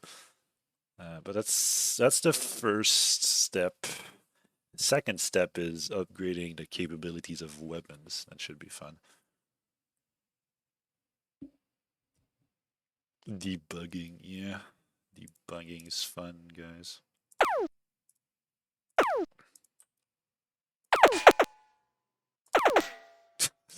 Bouncing back into my face and knocking me back. Oh, sick. Oh, wow, it fixed the bug. It's polling. It's polling for my actions. So, knockback applies. Guys, I fixed the bug by making the system better. Holy shit, I can knock myself back. Same thing with recoil. Wait. Give me Giga recoil. Hold up. We're gonna do a... Wait, what's the recoil on the laser? What is the recoil on the laser?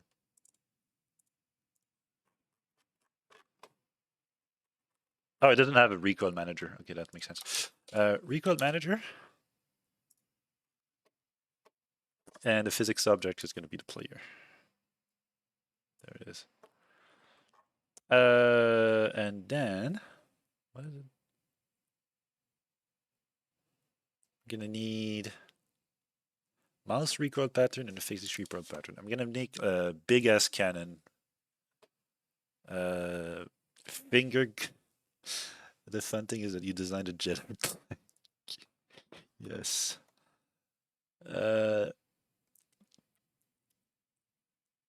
I need to create a physics recoil pattern, and it's gonna have a randomness of 1 and a recoil of -10. Nah, -10 is insane. Well, -10 is not that insane. -10, and then it's an impulsion, right? It's a force. And then for this thing, you're gonna up it, edit key to like 10 times. You can get 10 to 100. And then the torques, there's just no torque, I don't care. Yeah, they're gonna have Giga knockback. Put that on the finger gun.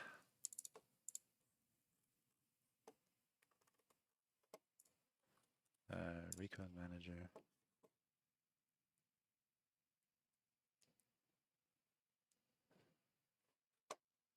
I just put it to player.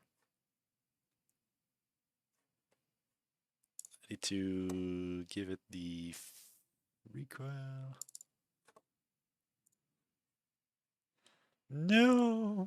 All right, give me a second. I need to lock the editor.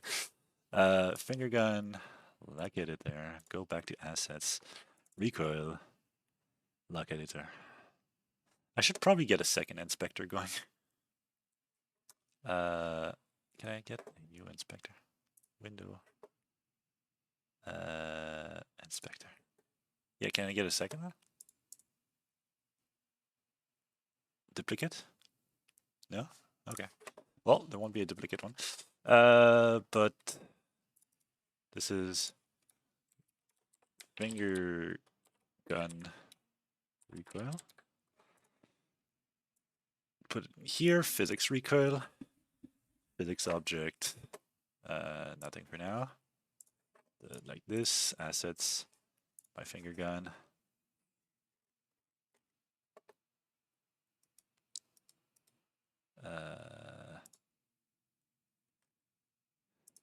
Finger gun recoil.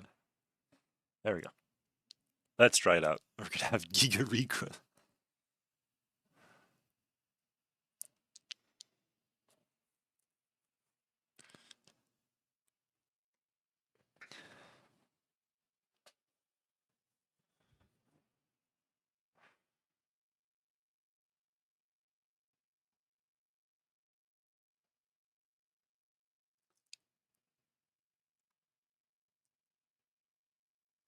I need to restart my editor. It's starting to take forever. The variable physics object has not been set. Seriously? Oh, okay. I can just give the player. Oh, there's two of them. Remove component.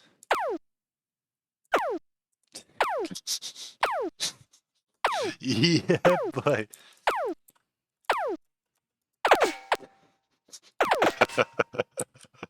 Sick. I'm knocking myself back with both the actual recoil and this is actually not that much recoil. Wait, give me a second. Where's the recoil? Recoil, finger gun recoil. Let's do 100. Yes. There's a small chance to do like giga recoil.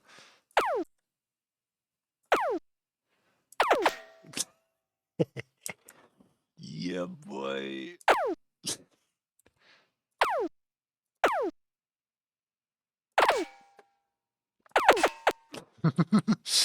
All right. I like this recoil system. Yeah, it's working now. Yeah, my physics recoil is working.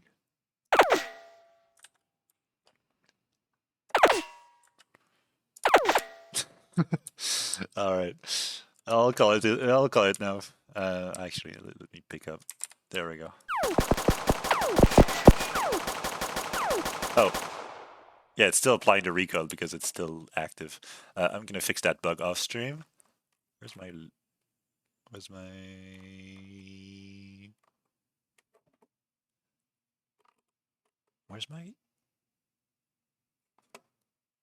finger gun? There it is. Player. There we go. There it is. But yeah, I'm gonna fix that bug off stream. But oh, there we go. I switched weapon. Wait, why can't I switch weapon when the other one is player owned, but not like what? Oh yeah, because there's a check to see if it's player owned or not.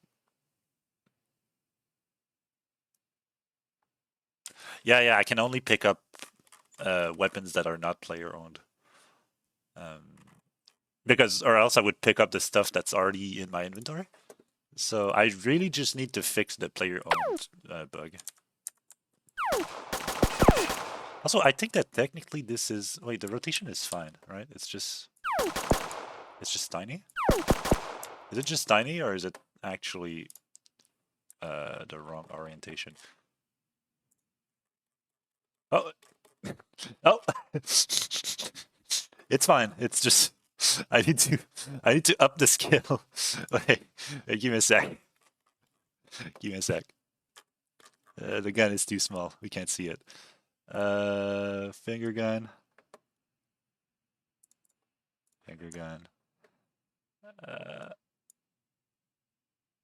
Gonna do 2 by 2. There we go.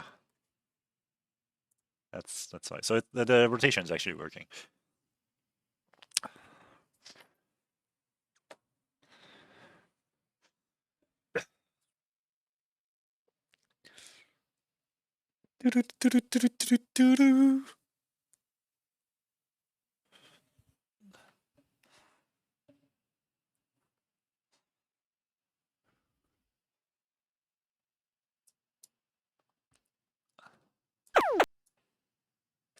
Oh shit! I forgot to do it.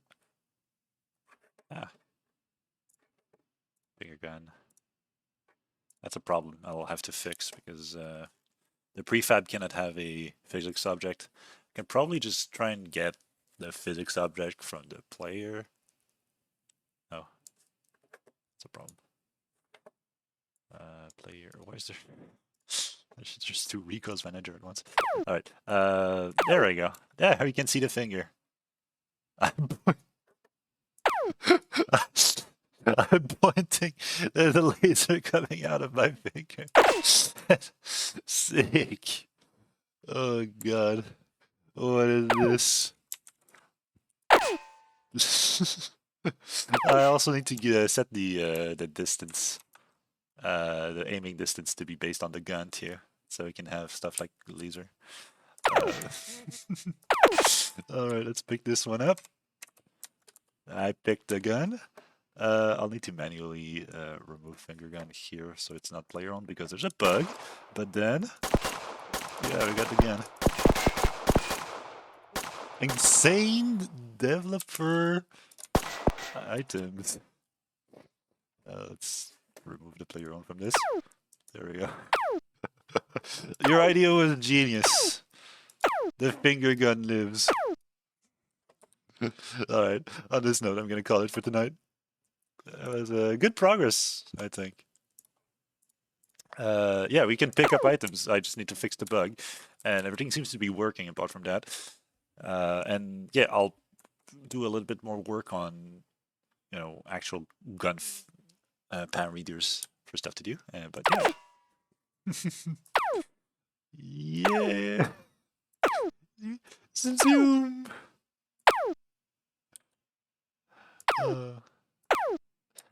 Alright, take care of yourselves. I'll see you around. I'll see if I can stream tomorrow. Probably.